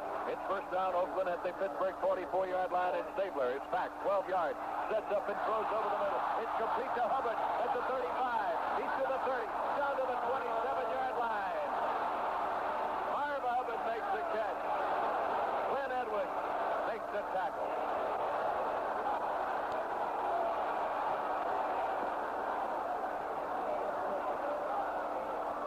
yards and a penalty can start things off for you. And that is the 12th first down. 12 first downs for the Raiders. 17 yards he picked up on the last play. It is on the 27-yard line. Siani and Bolitnikov again are deployed wide, both on the left side. Hubbard on the handoff to the left tackle. Runs head-on into Dwight White, the big defensive right end. They've got an odd alignment of names there, this defensive front for Pittsburgh. Dwight White is called Mad Dog. Ernie Holmes is called Fats. Joe Green is called Mean Joe Green, and L.C. Greenwood has the nickname of Hollywood Bags. They'll all end up in Hollywood with those names, too. All right, Monte, here we go now. Bolitnikov wide to the right. Siani out to the left. It is second down, 10. Oakland at the Pittsburgh 27-yard line, and the handoff goes to Charlie Smith, and Charlie got no further than the 25-yard line. He may not have reached the 25. He was thrown back immediately by Dwight White. Ernie Holmes and Dwight White get credit for the tackle. We're in the third quarter here at the Coliseum in Oakland, California, with the Oakland Raiders leading this football game by a 10-7 score over the Pittsburgh Steelers. The ball is down at the 26-yard line, so we'll give them a yard on the play, and it'll be a big third down coming up for the Raiders. The setbacks are split wide now as Kenny Stabler puts his hands under the center, takes the snap from Jim Otto, gives it off to Smith, and Charlie Smith runs right into the arms of Jack Ham as he tries to counterplay, coming from left to right and went right into the hands of Jack Ham and L.C. Greenwood. He dented the 25, but he gained no more than a yard and a half, maybe two. We'll give him 2 yards and let it sit right there. And right while we've got a second, let's pause 10 seconds for station identification. This is Mutual, your news and sports radio network. And this is the American Forces Radio and Television Service.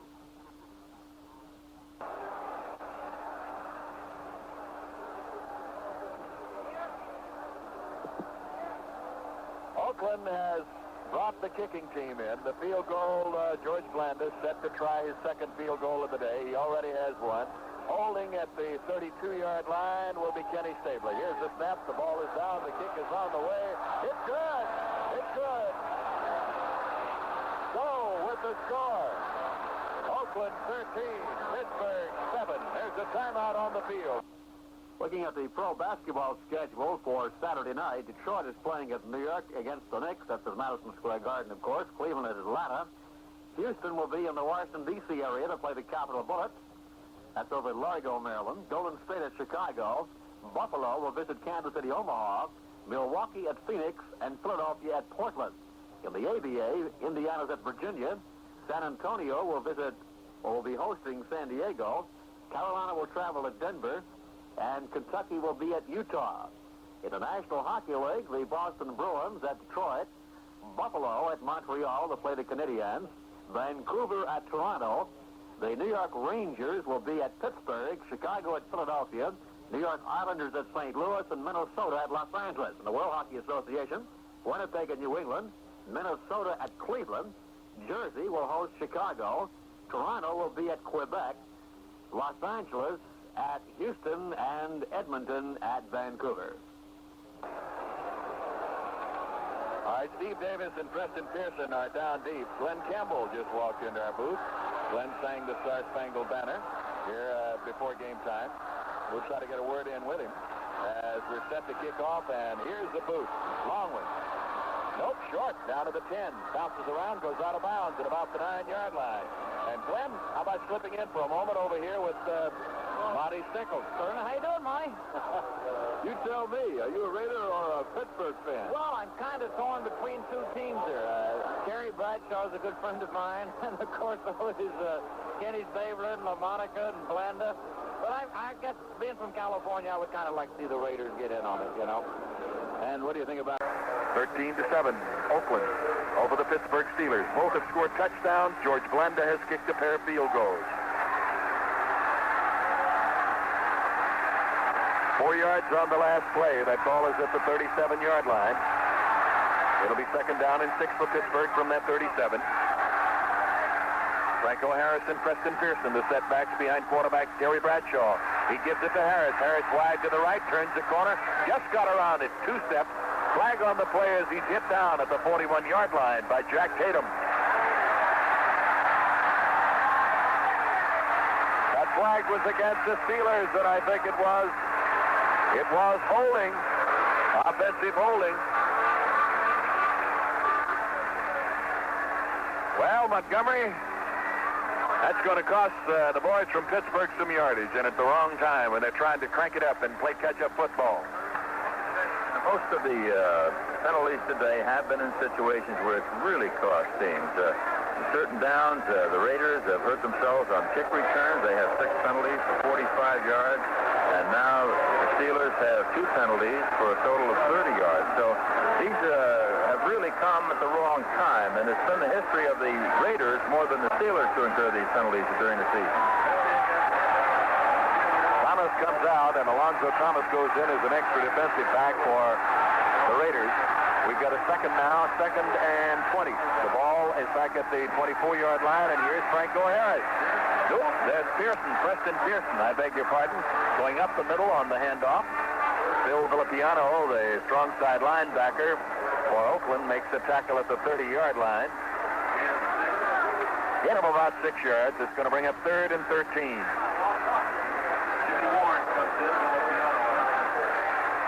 Villapiano going out of the ball game.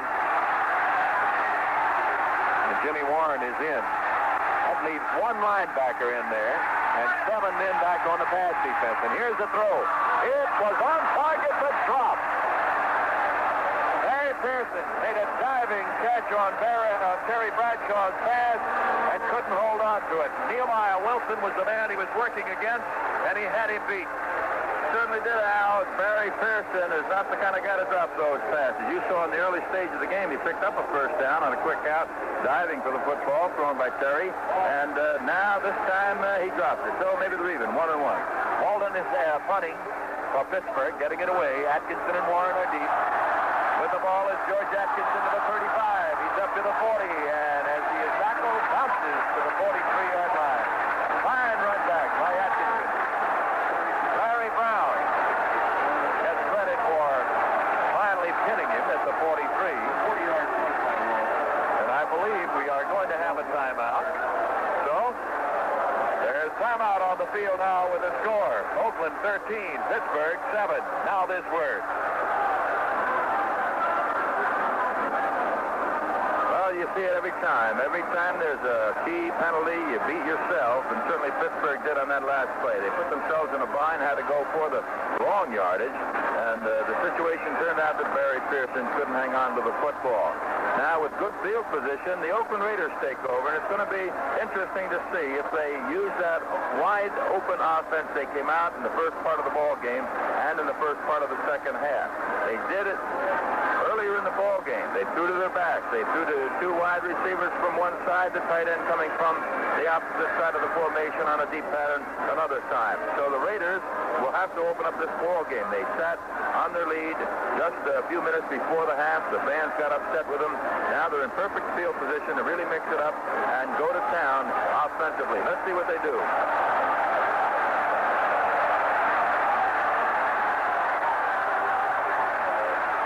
Stabler has the snap in his back to throw, and he throws it over, dumping it off to his tight end, Bob Moore, at the 45. Moore makes the stab of the ball, holds on to it, gets to the 48. Glenn Edwards wraps him around the knees and knocks him down. Stabler dumping it off to that big tight end, Bob Moore. Moore's caught 34 passes this year, scored 4 touchdowns, has great hands, good speed. Moving it from the 43-yard line up to the 48-yard line. A gain of 5. It'll be second down 5 for the Raiders at their 48-yard line. And as they break the huddle, Biletnikoff goes to the right. Gianni is deployed to the left. Charlie Smith and Marv Hubbard are the setbacks behind Kenny Stabler. They call him the Snake. And here's Hubbard with a handoff from Stabler. He moves over the left guard and gets to the midfield stripe and is just stacked up tight there. Henry Davis, Andy Russell, Jack Ham, all of them in there on the play. That front 4 for Pittsburgh, Dwight White, Ernie Holmes, Joe Green, and L.C. Greenwood. They only had 33 sacks of the quarterback this year in 14 games. That is not good. But they put tremendous pressure on, constantly making the quarterback throw the football. They haven't sacked him, but they have really put the pressure on. That ball is over the midfield stripe, so call it the 49-yard line of the Steelers. 3rd down and 3. And here's Stabler. Back 5, 6, 7 yards. Throwing to the sideline. It's complete at the 40. On the Steeler 40-yard line. Mike Ciani makes the catch and is knocked down immediately by Mel Blount. But it's first down. The Raiders at the Pittsburgh 40-yard line. Even though he picked up the first down, he had to pay the price for it. Now, Mel Blount and people like Wagner and Rouser, boy, they really hit you. They make you pay the price for that football.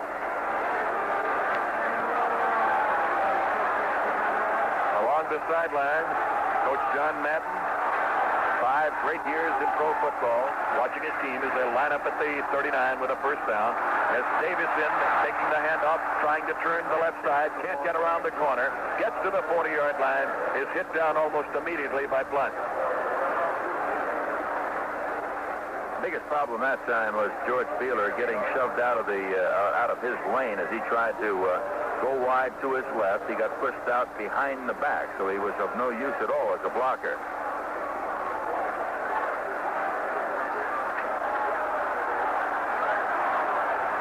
Davis and Pete Banaszak are the 2 setbacks, replacing Charlie Smith and Marv Hubbard behind Stabler. And here it is. Banaszak taking the handoff and cracked down behind the line of scrimmage. Driving tackle there by L.C. Greenwood. Oh, this big boy does move. He has speed for 245 pounds. And the biggest asset along with his speed and strength is his quickness now. Every once in a while, he'll take John Vella. He's primarily a rookie. He's in his 2nd year, but hasn't played much. And he'll make that big outside move on him and then quickly jump to the inside, take the inside pass, and upset things considerably. Old Hollywood Bags can move at inside, can he? Sure can. All right, here we go. 3rd down, 13. The ball at the 43-yard line. Stabler back to throw, looks over the middle, throws completed to the 32-yard line. He's right in again. Bob Moore has the ball at the 30-yard line.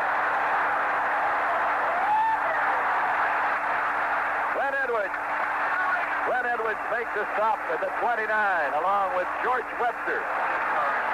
Webster hit on that play at the linebacker spot. But it's enough for a first down. And the Raiders now are live again. They have a 1st and 10 at the Pittsburgh 29-yard line. Ciani comes out of the ball game. He's being replaced in the lineup now. Let's just double check and see who. Mel Branch, I believe. Cliff Branch, I beg your pardon. That's 14 first downs for the Oakland Raiders, and Cliff Branch has replaced Ciani. 3 great receivers there in Biletnikoff, Cliff Branch, and Mike Ciani. Ciani caught 45 on the regular season, 3 touchdowns. Branch had 19 catches, Biletnikoff 48.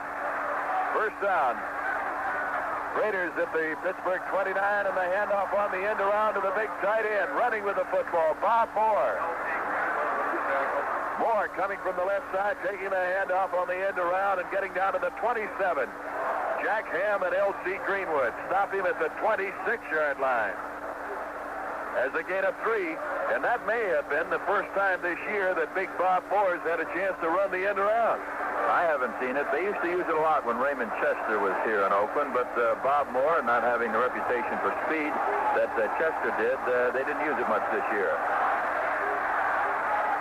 As they break the huddle now with the 2nd and 7. Both wide receivers are out there. Banaszak is back. They dump it out to Branch.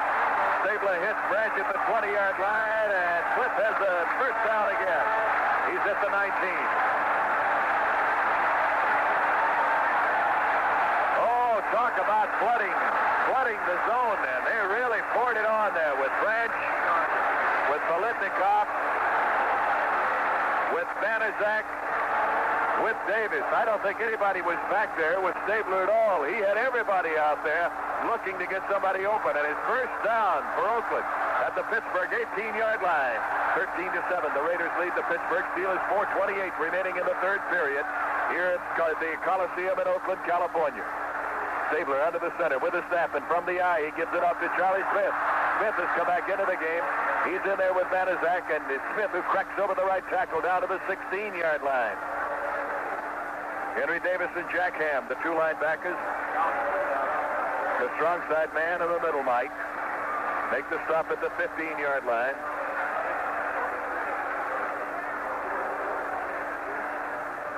Fine block up there for Pete Banaszak. Banaszak with a fine block there, making it possible. Politnikov wide to the right. Gianni back in there, split out to the left. Davis, Clarence Davis with a handoff from Stabler. Trying to go off the left tackle. He finds that the door is closed by Mean Joe Green, the big guy. Stops him at the line of scrimmage. He may have got a yard or two. Joe Green, 6'4", 275, 5-year man, the National Football League's most valuable man on defense last year. Fast, quick, strong, and tough. What was it they said? He's mean as a junkyard dog, huh? He's just a mean football player. He said, I want to be a football player, though I don't want to be mean. Here comes Davis, or Smith, out of the ball game. He's been replaced there. Stabler's back to throw. Throws over the inside corner of the zone there on the left, intending it for Clarence Davis. Glenn Edwards knocked it away, and Edwards should have intercepted that football. He had his hands on it. You're right, Al. He overran it. Coming from his free safety position, he tried to pick off the play. However, he overran the football, couldn't turn on the football and hold on to it like he would have wanted to. Now, the Raiders have stalled again, and we're seeing what made them famous in the beginning of this season, what they call the Raider offense here in Oakland with field goals. Here's George Blanda. Blanda will kick from the 22, and the boot is up, and it is on the way, and it is good. It is good. The Raiders have a substantial lead. So with the score, Oakland 16, Pittsburgh 7. There's a timeout on the field. Carl Eller, an off-season actor, put on an award-winning emotional performance at halftime Saturday at Bloomington, Minnesota, to inspire his Minnesota Viking teammates to a come-from-behind victory over the Redskins from Washington. Eller's unusual outburst at halftime lifted the Vikings out of a rut to a 27-20 NFC playoff triumph over the Redskins. Explained running back Oscar Reed, Eller didn't write anything on the blackboard. He punched it, tossed it around, and then kicked it.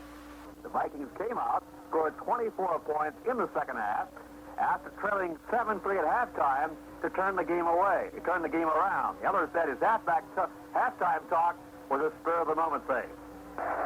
All right, we're set to kick off. 57 yards, 12 plays, a 22-yard field goal. The Raiders lead 16-7, and here's the kick. It goes short to the sidelines, and it goes out of bounds. And it's going to cost the Raiders a 5-yard penalty, and they'll have to kick again. 3 field goals, 3 for old George Blanda. 24 years in professional football. Unbelievable. This man is the pros' all-time leading scorer, and no wonder. I think he was almost here before George Hammond. 1,842 points this guy scored. He was at Kentucky when Bear Bryant was just breaking in his first set of football shoes. Unbelievable. George may have to kick off if Ray Guy can't do things a little bit better. He's kicked out of bounds now twice in this ball game, and once earlier this year, it led to a tie against Denver. Here's the kickoff at the 15-yard line. Davis with the ball to the 25, the 30, up to the 34, trying to get away from a tackle. He can't do it. They're gang tackling him. A little bit of an allocation there now as the Steelers and the Raiders start to tangle up at about the 25-yard line. Tempers are flaring. Tom Maxwell was in on that. Maxwell a little upset, and I'm sure that Davis was too. We were saying about Blanda, he has 3 field goals this afternoon, 22 yards on the last one, 25 and 31, so he's had 3 kicks today, and that's been the difference in the game, 16-7. Oakland leading Pittsburgh, 2:44 remaining.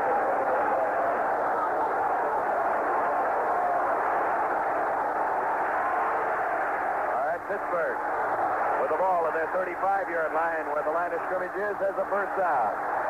Bradshaw still trying to crank them up and giving it off. Bluffing up the middle to Franco Harris. Back to throw, looks and rifles one. It's caught. Great catch at the midfield stripe. Grabbing the football, Frank Lewis with a fabulous catch there. George Atkinson wrestled him down, but Frank Lewis made a fabulous catch. It was beautiful. Atkinson was draped all over him, tried to strip him of the football as he caught it, tried to rip his arms away from the football, but the good strength by Lewis, he held on. When the ground came up, he still had the football. It was a fine catch. All right, Pittsburgh has it on the Oakland 48-yard line. First down. Pearson is split out. Barry Pearson wide to the left. Frank Lewis is out to the right. Franco Harris, one of the setbacks in there, and the pass is thrown out. Intercepted by Oakland. Oakland running with the football, going 50 yards for a touchdown. Willie Brown has just scored.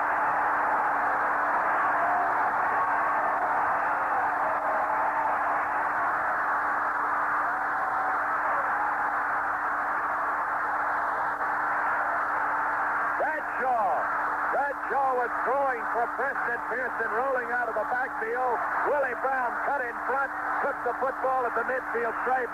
50 yards he goes, 52 yards, I believe. They'll credit it for the touchdown. And Oakland has broken this football game open.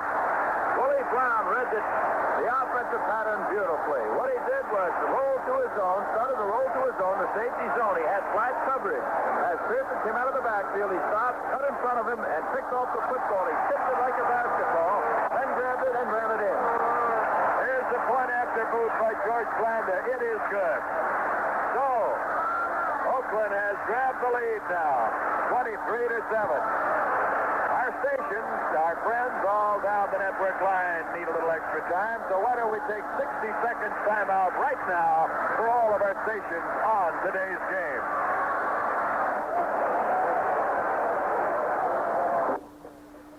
Johnny Washmuller, the Olympic swimming star, famous for his film portrayal of a muscular and dashing Tarzan, was listed in serious condition in a hospital in the Cardiac Care Center in Las Vegas, Nevada. Washmuller, 68, winner of 5 gold medals in the 1924 and 1928 Olympics, was hospitalized Wednesday night when he suffered a fractured hip in a fall at a Las Vegas hotel where he works as a host. He underwent surgery for the hip, but attendants detected signs of a heart ailment. Washmuller has a history of cardiac trouble. A light cast was used to set the bone, and Washmuller currently is in traction.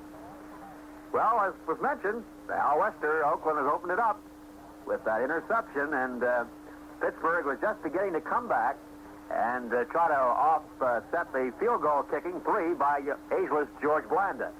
And during our timeout, Raiders kicked off, and the Steelers bring it back to the 25-yard line. Now the Steelers trying a pass to the sideline as Bradshaw goes to the air. George Atkinson is there after the catch is made.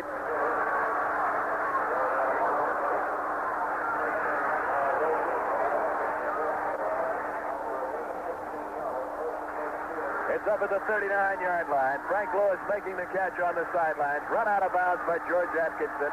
And it's first down for Pittsburgh. Now they trail 23-7.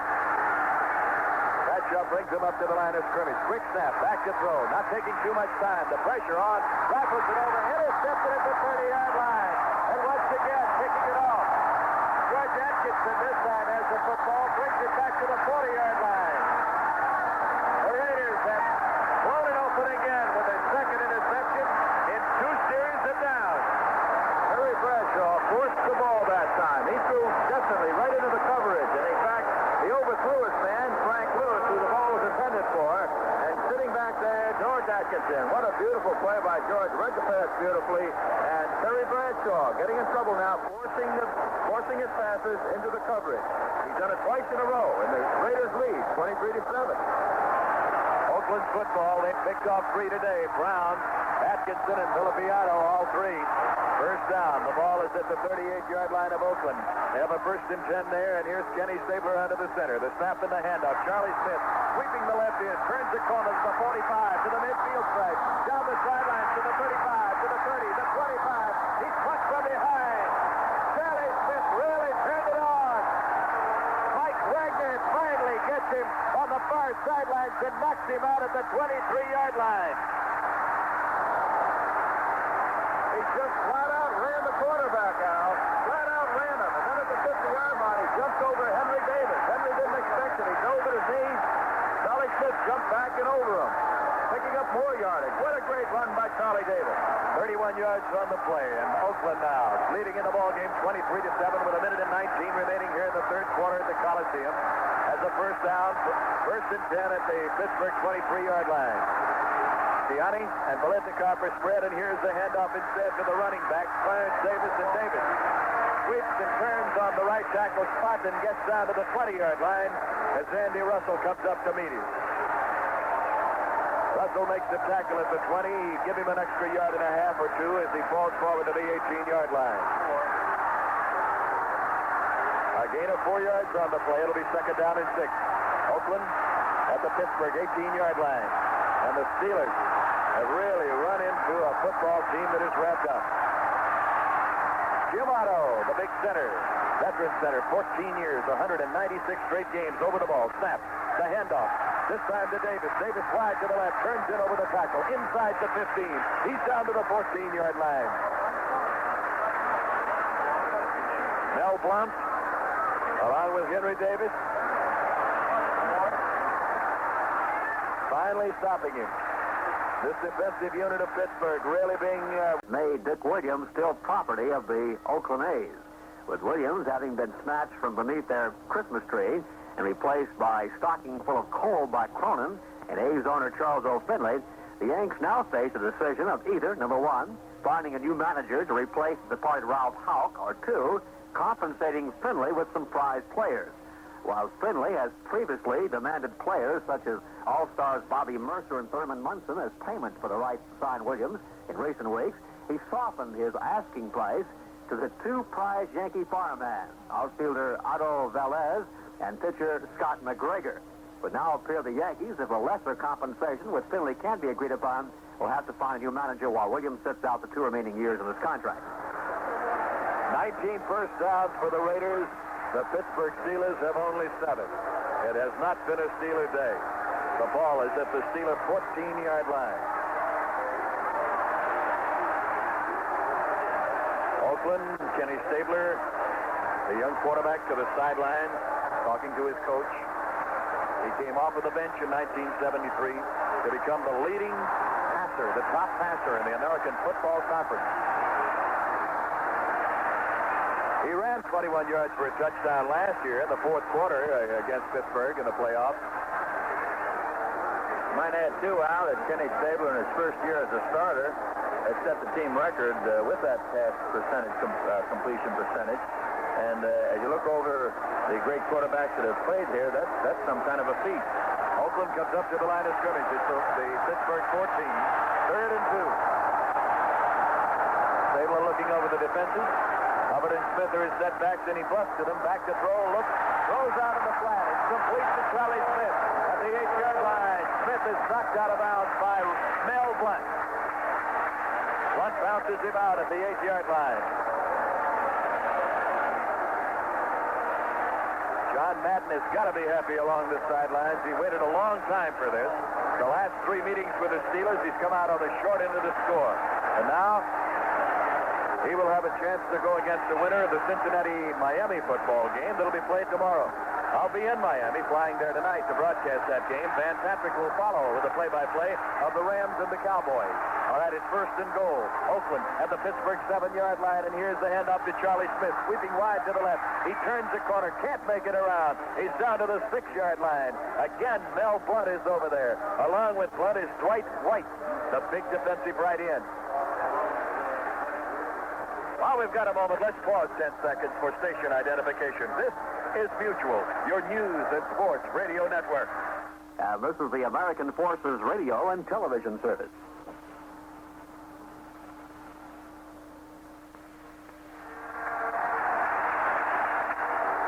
Pete Benezak has replaced Marv Hubbard in the backfield of the Raiders. All right, second and goal to go from the Pittsburgh 7-yard line. Smith and Benezak, the setback.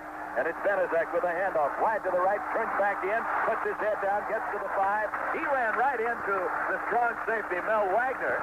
spun and on a dime and came back into the hole. Jack Ham finally gets him at the 4-yard line. The Raiders may have to settle for another field goal. They've got a big third down play coming here at the 4-yard line. 3rd and goal from the 4. George Webster just coming into the game to add some strength for the Pittsburgh Steelers defensively. Politnikov and Siani split out wide to the right as Banaszak and Smith set behind the quarterback, and here's the handoff to Smith, and he tries in the middle, but he cannot do it. He got to the 3-yard line, and Charlie is just stacked up there by big George Webster, by Ernie Holmes, by Henry Davis.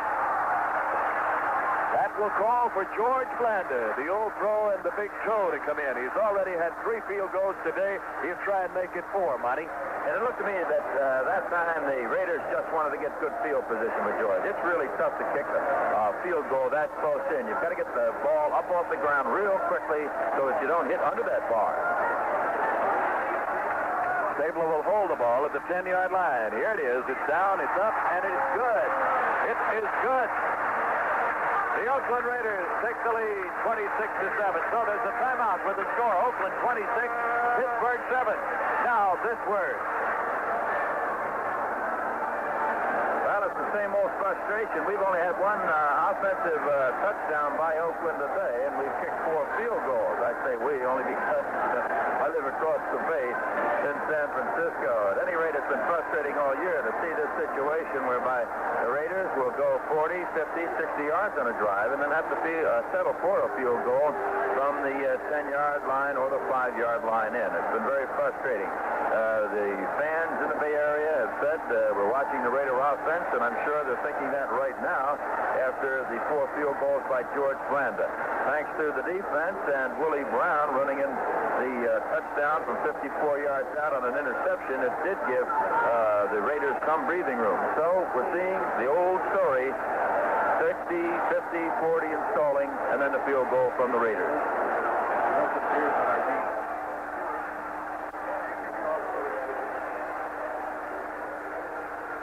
Ray Guy will do the kicking. The deep backs are Preston Pearson and Steve Davis. Oakland moving 38 yards in 7 plays, 62 yards in 7 plays, a 10-yard field goal, the culmination. Here's Guy with a sailor now that goes down, hits Davis, bounces away from him. Steve picks it up. He's to the 15, the 20, the 25, the 30. He's up to the 32-yard line. Just for a moment there, it looked like Davis might lose the handle on that football altogether. Monte Johnson is responsible for the tackle. So the ball is down at the Pittsburgh 32-yard line. There they have a first down. Oakland well out in front now, in command, leading 26-7, 12:39 remaining in the 4th period. As the Steelers break the huddle and come up to the line of scrimmage, it's Lewis out to the right, Pearson out to the left. Bradshaw has not been able to open that offense up. Up the middle with the football. Franco Harris on the draw. Harris is wrapped up by Toms and by Sistrunk as he brings it out to the 34-yard line for a gain of 2. Minnesota beating Washington 27-20 today. Van Patrick at the microphones there in Bloomington, Minnesota. Great victory for the Vikings over the Redskins. All right, 2nd down and 8. The Steelers from their 34.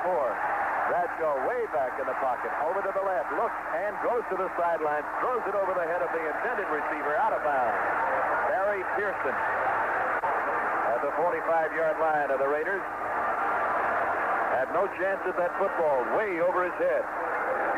Terry Bradshaw really breaking all rules in the books and the scouting reports on him today. I can't believe that he's thrown on 2nd and long yardage. Usually it's something of the nature of a sweep to Franco Harris. They are known to run on 1st and 2nd down, but not this afternoon.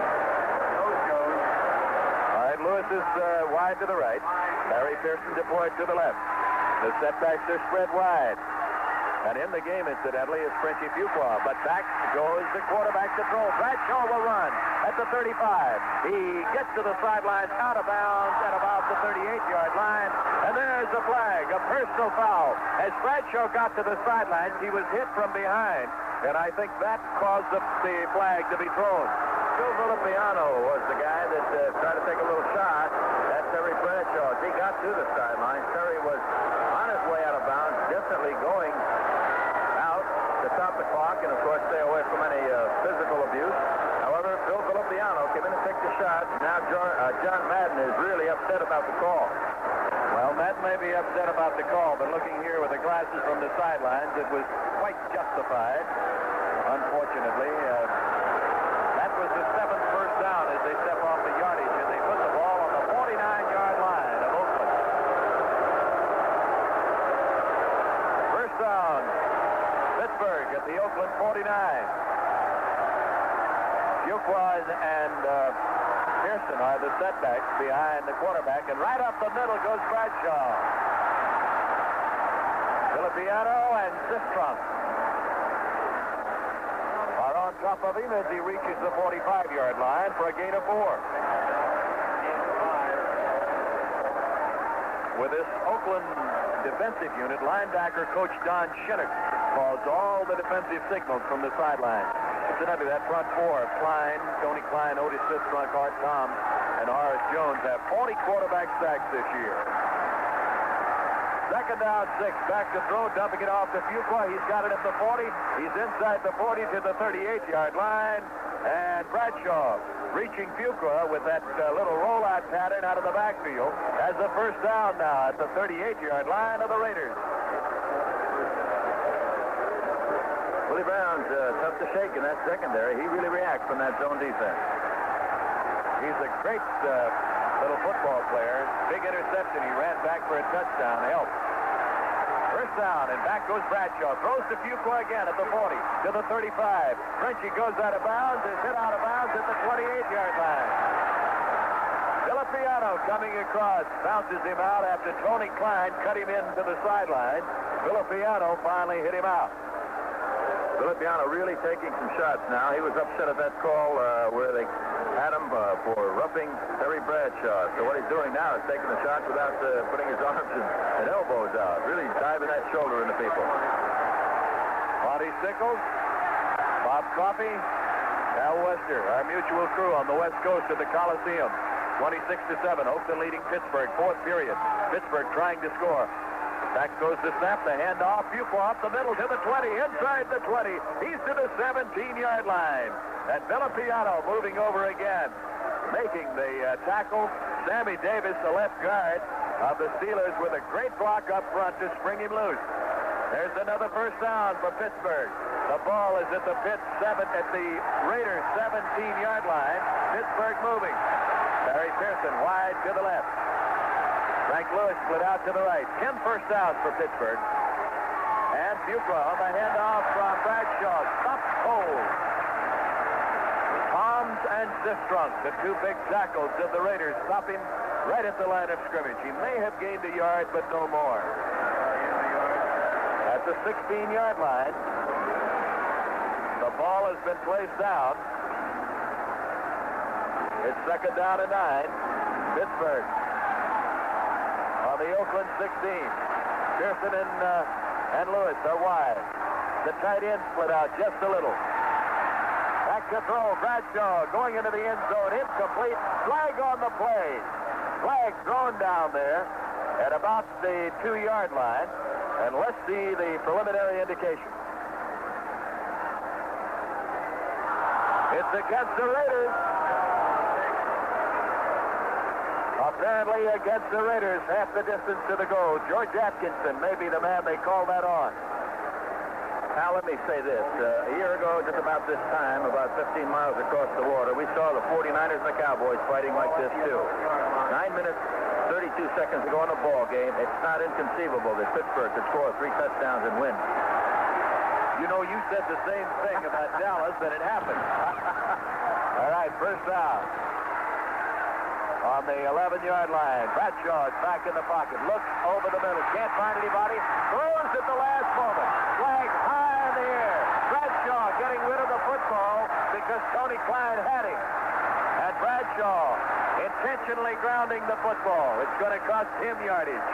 It was a good call. It was a desperation try by Terry, but it was very obvious. There was nobody within 15 yards of the direction of the pass, and it was a wobbly pass, too. So, you know, he was going down because of the pressure put on him by Tony Klein.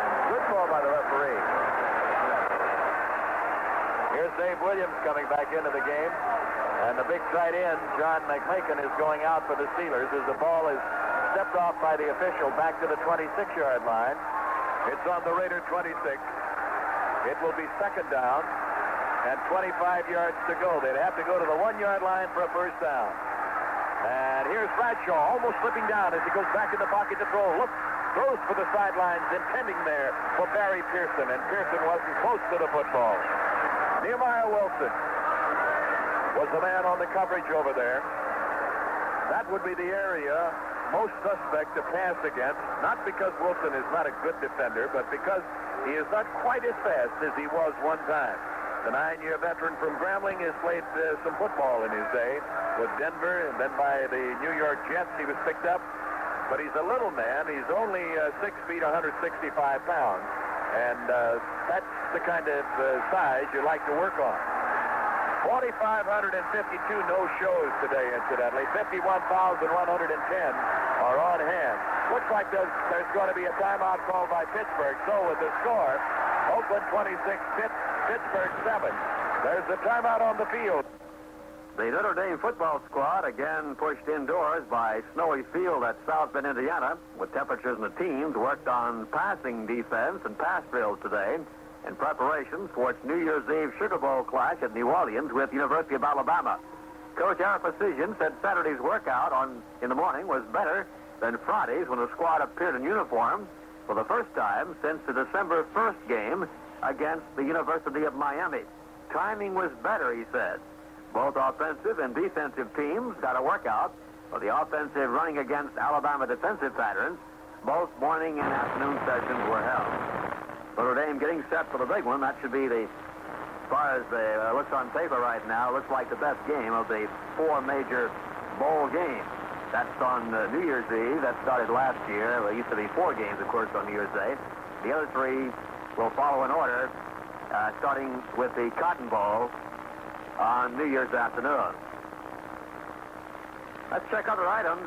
The spokesman for the Seattle Supersonics says the NBA has cleared the team of charges that took a dive against the Philadelphia 76ers last season. It was alleged that the Supersonics deliberately threw a game to get the coach fired. All right, scrambling, Bradshaw looks and goes deep into the end zone. It gets a touchdown. He's got the score. Frank Lewis made a great catch, and it was a one-on-one battle down there for that football with George Atkinson. How would you believe he caught it one arm, stuck it in his left arm with George Atkinson hanging all over him again. That's the second time that he's done that to Atkinson, caught it with George draped all over him. What a beautiful catch by Frank Harris. His left arm, one-armed in the end zone, and Pittsburgh is now closing in on Oakland. Roy Girello will try the point after. Bobby Walden will hold. The kick is up, and it is good. It is good. So, Oakland takes the commanding lead. With a score, Oakland 26, Pittsburgh 14. There's a timeout on the field. Now this... University of California Riverside coach Wayne Howard was named head football coach at Long Beach State today, replacing retired Jim Strangeland. Howard, 42, compiled a 17-3 record at Riverside during his 2 years there. Last year, his Riverside team was 9-1 and captured the California Collegiate Athletic Association title. Elsewhere with college football, University of Florida coach Doug Dickey said Friday his Gators will be without the services of 3 players, and starting quarterback Don Gaffney was a very serious question mark as the team headed into Saturday night's Tangerine Bowl game with unbeaten Miami of Ohio. Dickey said Gaffney was suffering from the flu, and the decision would be made later on his status. But he said defensive tackle David Starkey, linebacker Joe Allen, and Mike Stansfield, an offensive guard, all would miss the game. His remarks came at a final news briefing by the coaches of the two teams, which have been practicing at Orlando, Florida, also the game we played at nearby Gainesville. Roy Girella teeing it up at the 40-yard line, and down deep along the goal line is number 28, Clarence Davis, the great speedster from Southern California. He's quite a football player, this Davis. Strong blocker, good receiver, 200-pounder, 5'10". Standing on the goal line, Cliff Branch is up at about the 23. Here's the kick. The spinning ball down to the 10, picked up at the 9 by Davis to the 15. He's smothered at the 17-yard line. Never had a chance to get head of steam up there as Ed Bradley was down on the coverage and gets him at about the 17-yard line. Talk about Clarence Davis, Al. He combined with Charlie Smith to go over 1,200 yards rushing for Oakland this year. That's a nice total out of one position in the backfield. All right, Pittsburgh has closed the gap a little with that touchdown. That beautiful pass. What a fabulous pass that was from Terry Bradshaw to Frank Lewis. The Raiders have possession of the football now. They're on 18. It is first down, and Stabler rolls out to the left on a first down. The lefty looks and throws inside, in the middle, complete. At the 25-yard line, Bolitnikoff makes the grab, and Mel Blunt grabs Bolitnikoff.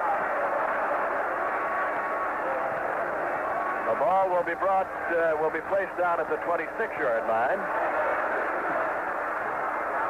That's going to be very close to the first down.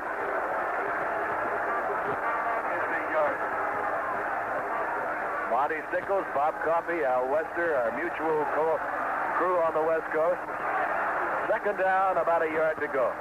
The ball at the 26. Here's the handoff to Hubbard, and he's got the yard and some as he comes out over the left tackle. Over the 30-yard line, out to the 32. Blunt again. Mel Blunt, along with Mike Wagner, responsible for the stop. Art Shell, the big left tackle of the Raiders, with a fine block up there to get him loose.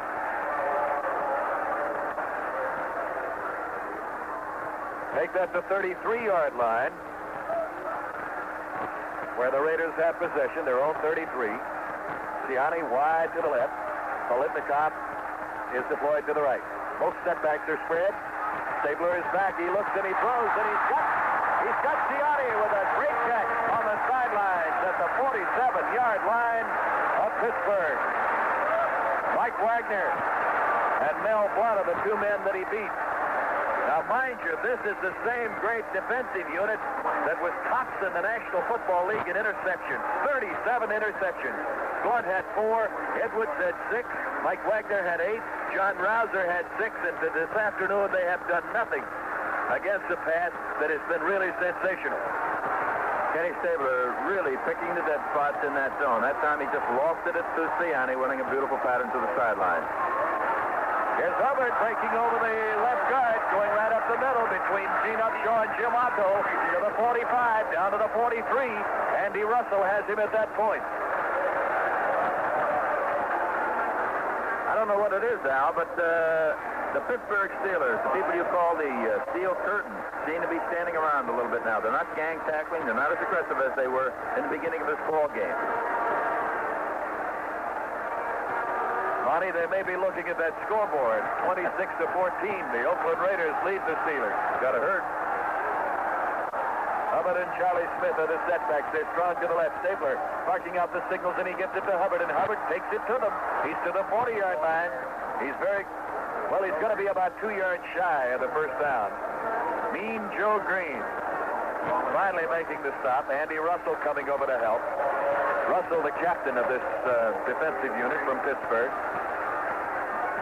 He made the All-AFC team in 72, and he's played in 4 Pro Bowls, and this fella has good speed. 3 interceptions, running 1 back for a touchdown this year. Hubbard is coming out, and Pete Benezak goes in. Listen to the applause.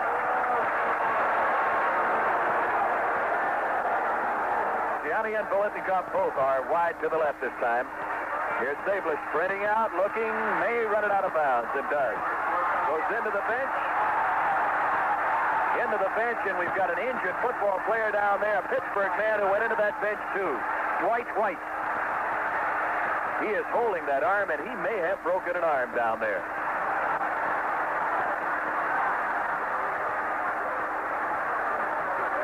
Dwight White came a long way to deliver a blow out of bounds. He's at least, 10 or 12 yards away from the sidelines in the bench area there. And to try and knock Kenny Stabler over the bench, he's hurt himself.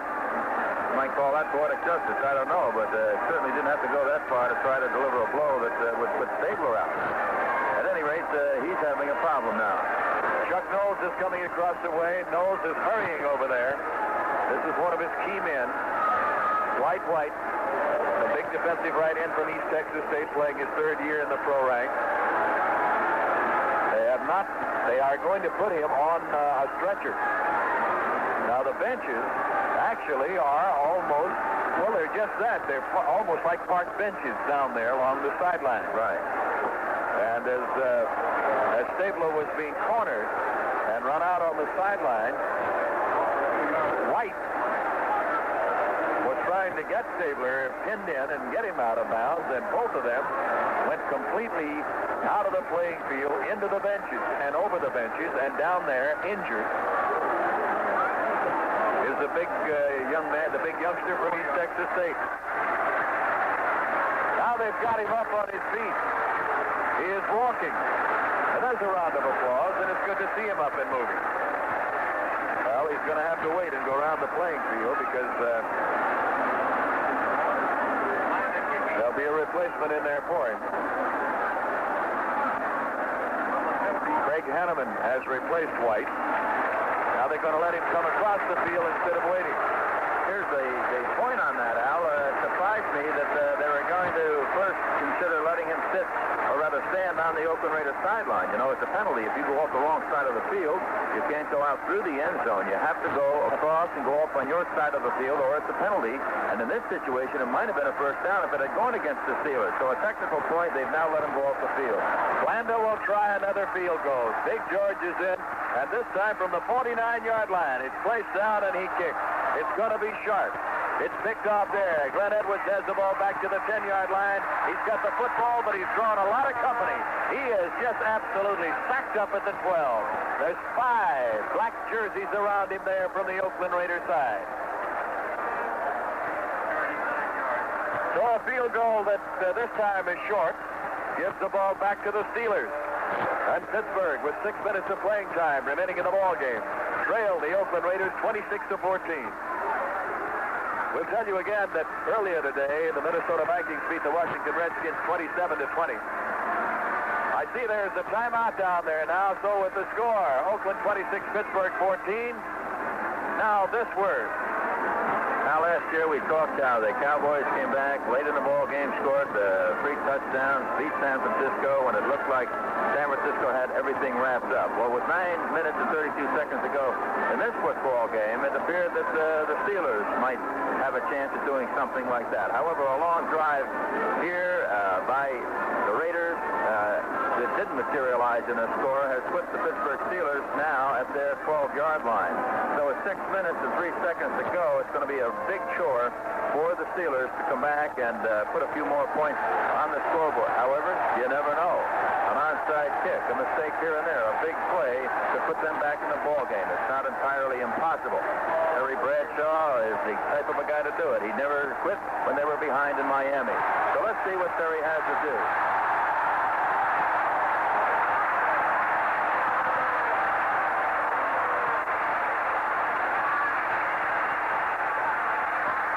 Back in, and Bradshaw scuffling around back there trying to throw the football. For the line of scrimmage, his 13-yard line, Bradshaw cornered back on the 3-yard line by Art Tom and by Horace Jones. The right side of the defensive front four for the Oakland Raiders, and they crush him back at the 3-yard line for a 10-yard loss. It'll be second down and 20 for the Steelers, and they're now working from their own end zone. 26-14, Oakland. 5:35 remaining in the fourth period in the ball game, and they have the setbacks back there. Frankie Fuqua, one of them, and he takes a pass out of the end zone and gets it out to the 12-yard line.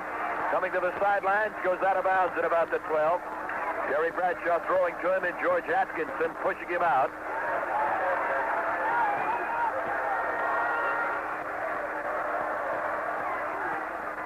Steve Davis and Frenchie Fuqua, the running backs with Terry Bradshaw in the Pittsburgh offensive backfield. Well, I would think that they've got the 10 yards back that they lost a moment ago and added 1 yard to it, add a yard to it. It'll be 3rd down and 9. The ball is at the Pittsburgh 14-yard line. There's a mix-up in signals back there, and here's the snap. Bradshaw back to throw, looks and goes to the sideline, incomplete and out of bounds. Trying to get it, Barry Pearson, covered by Willie Brown.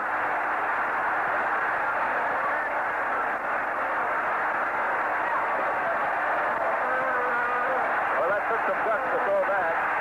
Standing at about his own 6 or 7 yard line, throwing it way out in the flat area like that. It could have been easily picked off by the cornerback over there, Skip Thomas, and easily run in. But what are you going to do when you're so many points down? Bob Walden will do the punting. He is back in the end zone to kick. There's nobody deep. The Raiders are giving them the free kick. And it hits on the 40, bounces back to the 41, and is touchdown at that point. All right, before the Raiders take over, let's pause 10 seconds for station identification. This is Mutual, your news and sports radio network. This is the American Forces Radio and Television Service.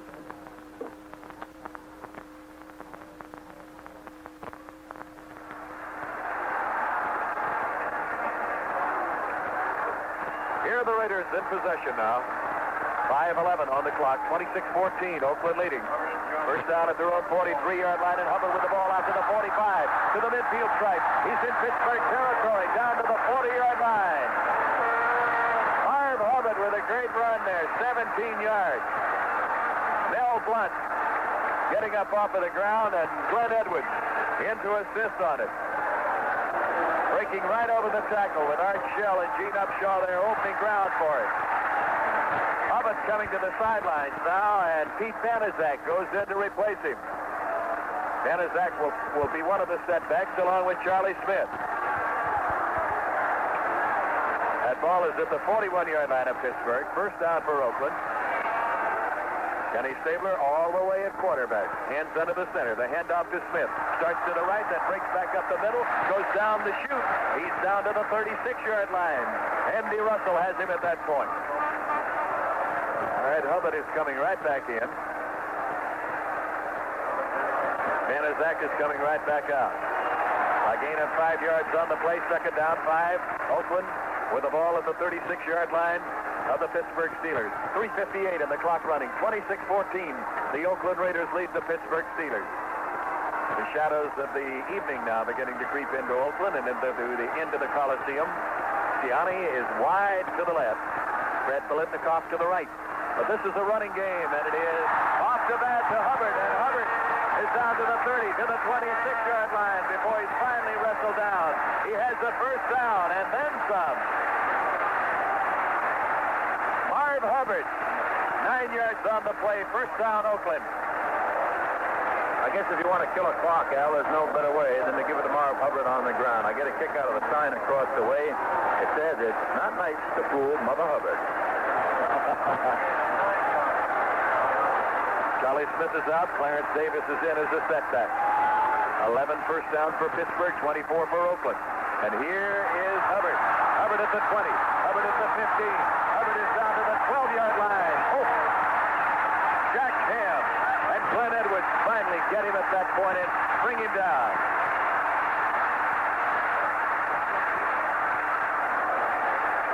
It is finally placed down at the 11-yard line for a 15-yard pickup. 25 first down for the Oakland Raiders. The Steelers have exactly 11. 2 minutes and a half. The clock running. Oakland knocking on the door. Gianni to the left and Biletnikoff out to the right. Charlie Smith and Hubbard are the setbacks, and Hubbard has the football. And with a man, a Steeler hanging on to him, he gets inside of the 10-yard line and down to the 9. Ernie Holmes looks like the man who's unfiling there. Ernie Holmes is responsible for the tackle.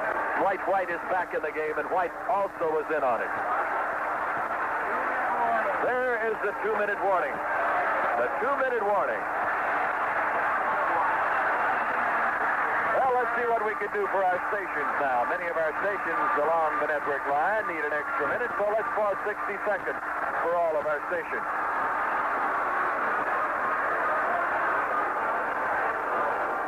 What a great way to go out against a team that dominated you in 3 straight ball games. With the 2 minutes on the clock, Oakland ahead 26-14. With the dominance on the ground and running the football and running the clock out with it, certainly the Raiders have smelt the blood, and they've gone after the Steelers here today.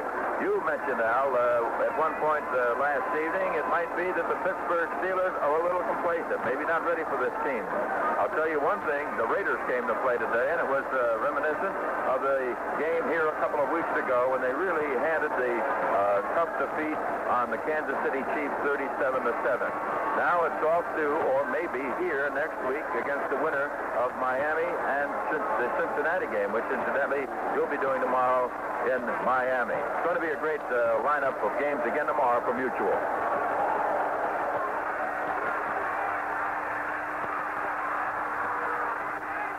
Kenny Stabler had come to the sidelines to chat briefly with John Madden.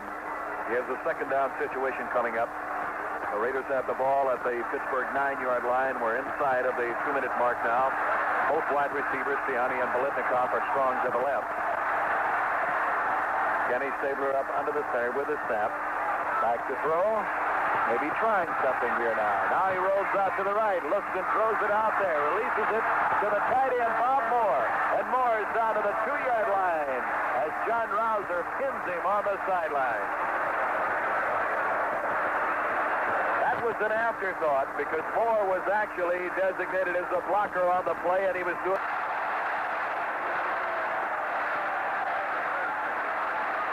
Marv Hubbard with another touchdown this afternoon. 32-14.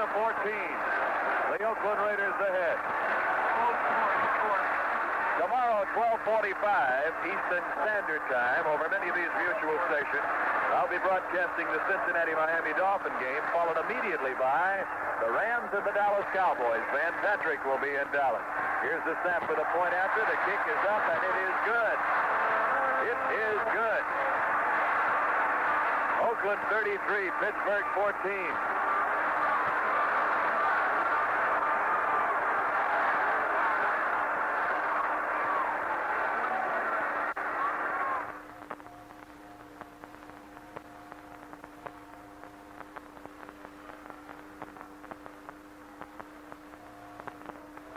Seconds remaining. That is all. 33-14, Oakland leading Pittsburgh. Minnesota beat Washington earlier today, 27-20. That's one that Van did. Broadcasting from Bloomington, Minnesota. And Van will be in Dallas tomorrow. Mr. Patrick and company for the Rams and the Dallas Cowboys. And here's the kickoff. A skimming ball along the top of the turf, picked up and returned to the 20, the 25. Running it back out to the 26 is Pearson. Preston Pearson gets it out to about the 28, and a big fight is broken out in the middle of the field now. A couple of Steelers and a couple of Raiders were going at it there. The officials right on top of it stopped it very quickly. On New Year's Eve, the University of Alabama battles the University of Notre Dame.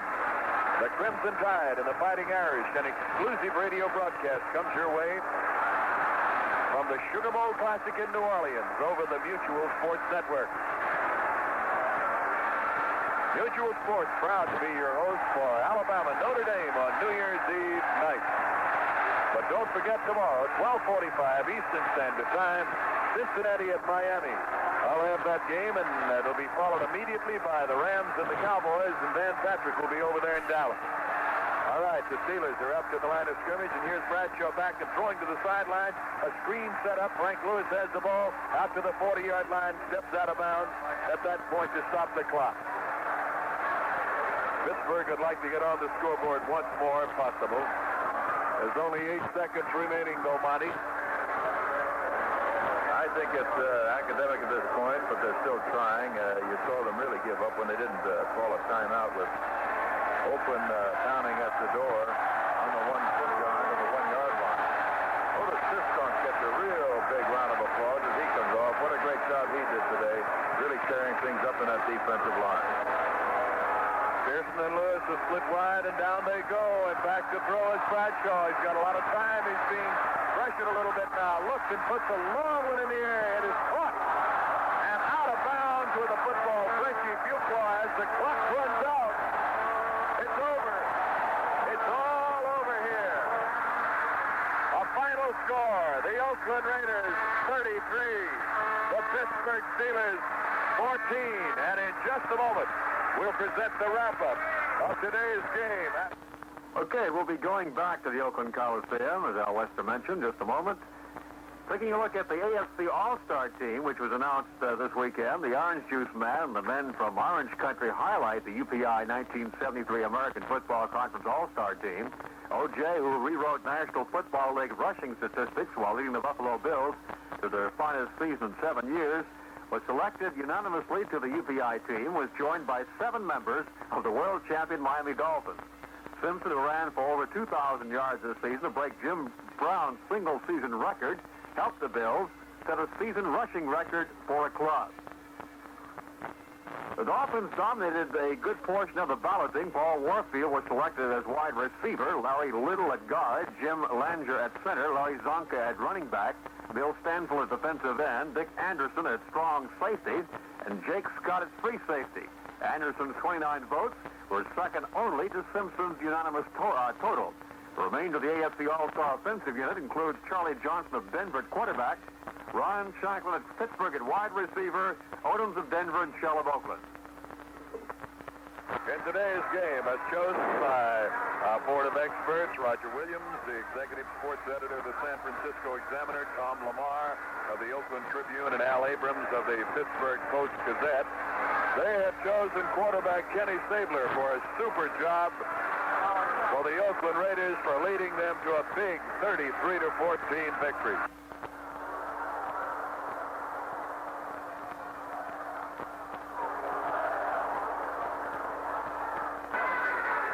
All right, let's review the scoring now, and Monte Stickles. Now Oakland jumped off to a 7-0 lead about 4 minutes into the ball game when Hubbard went over on a 1-yard plunge. The drive went 82 yards in 9 plays, if you can believe that. 6 first downs on one drive against the Steelers. They haven't done that all year. They haven't given up that kind of yardage all year. In the second quarter, from the 25-yard line, George Blanda kicked a field goal after Phil Villapiano intercepted a pass that was tipped at the line by defensive tackle Art Toms. That happened 8:50 into the second quarter. The drive was highlighted by a Marv Hubbard run for 2 of those first downs, so Marv began early in the ball game piling up the yardage on the ground for Oakland. In the second quarter, just before the half, a couple of minutes just before the half, the Steelers went on a drive. They scored on a rollout pass, Terry Bradshaw to Barry Pearson, and that came after a personal foul by Tony Klein on Terry Bradshaw. It set up a first down at the 3-yard line, and Pearson caught a pass in the corner of the end zone, just did make it over the line for the halftime score of 10-7 in favor of the Oakland Raiders. In the third quarter, the Raiders seemed to bog down, but they remained in front. They put a couple of field goals on the board with 11:52. George Blanda kicked his second field goal, a 31-yarder this time, making the score 13-7. The drive stalled after they had gone about 60 yards from their own 20. And the problem again, people thinking that the Raiders playing too conservative when they get down near the goal line. From the Oakland Coliseum in Oakland, California, the Oakland Raiders 33, the Pittsburgh Steelers 14. This is Dal Burnett on behalf of our engineer Rod Richardson. This has been a presentation of AFRTS Sports in Washington. This is the American Forces Radio and Television Service. At 790 and 1420, this is American Forces Radio. SCN, Canal Zone.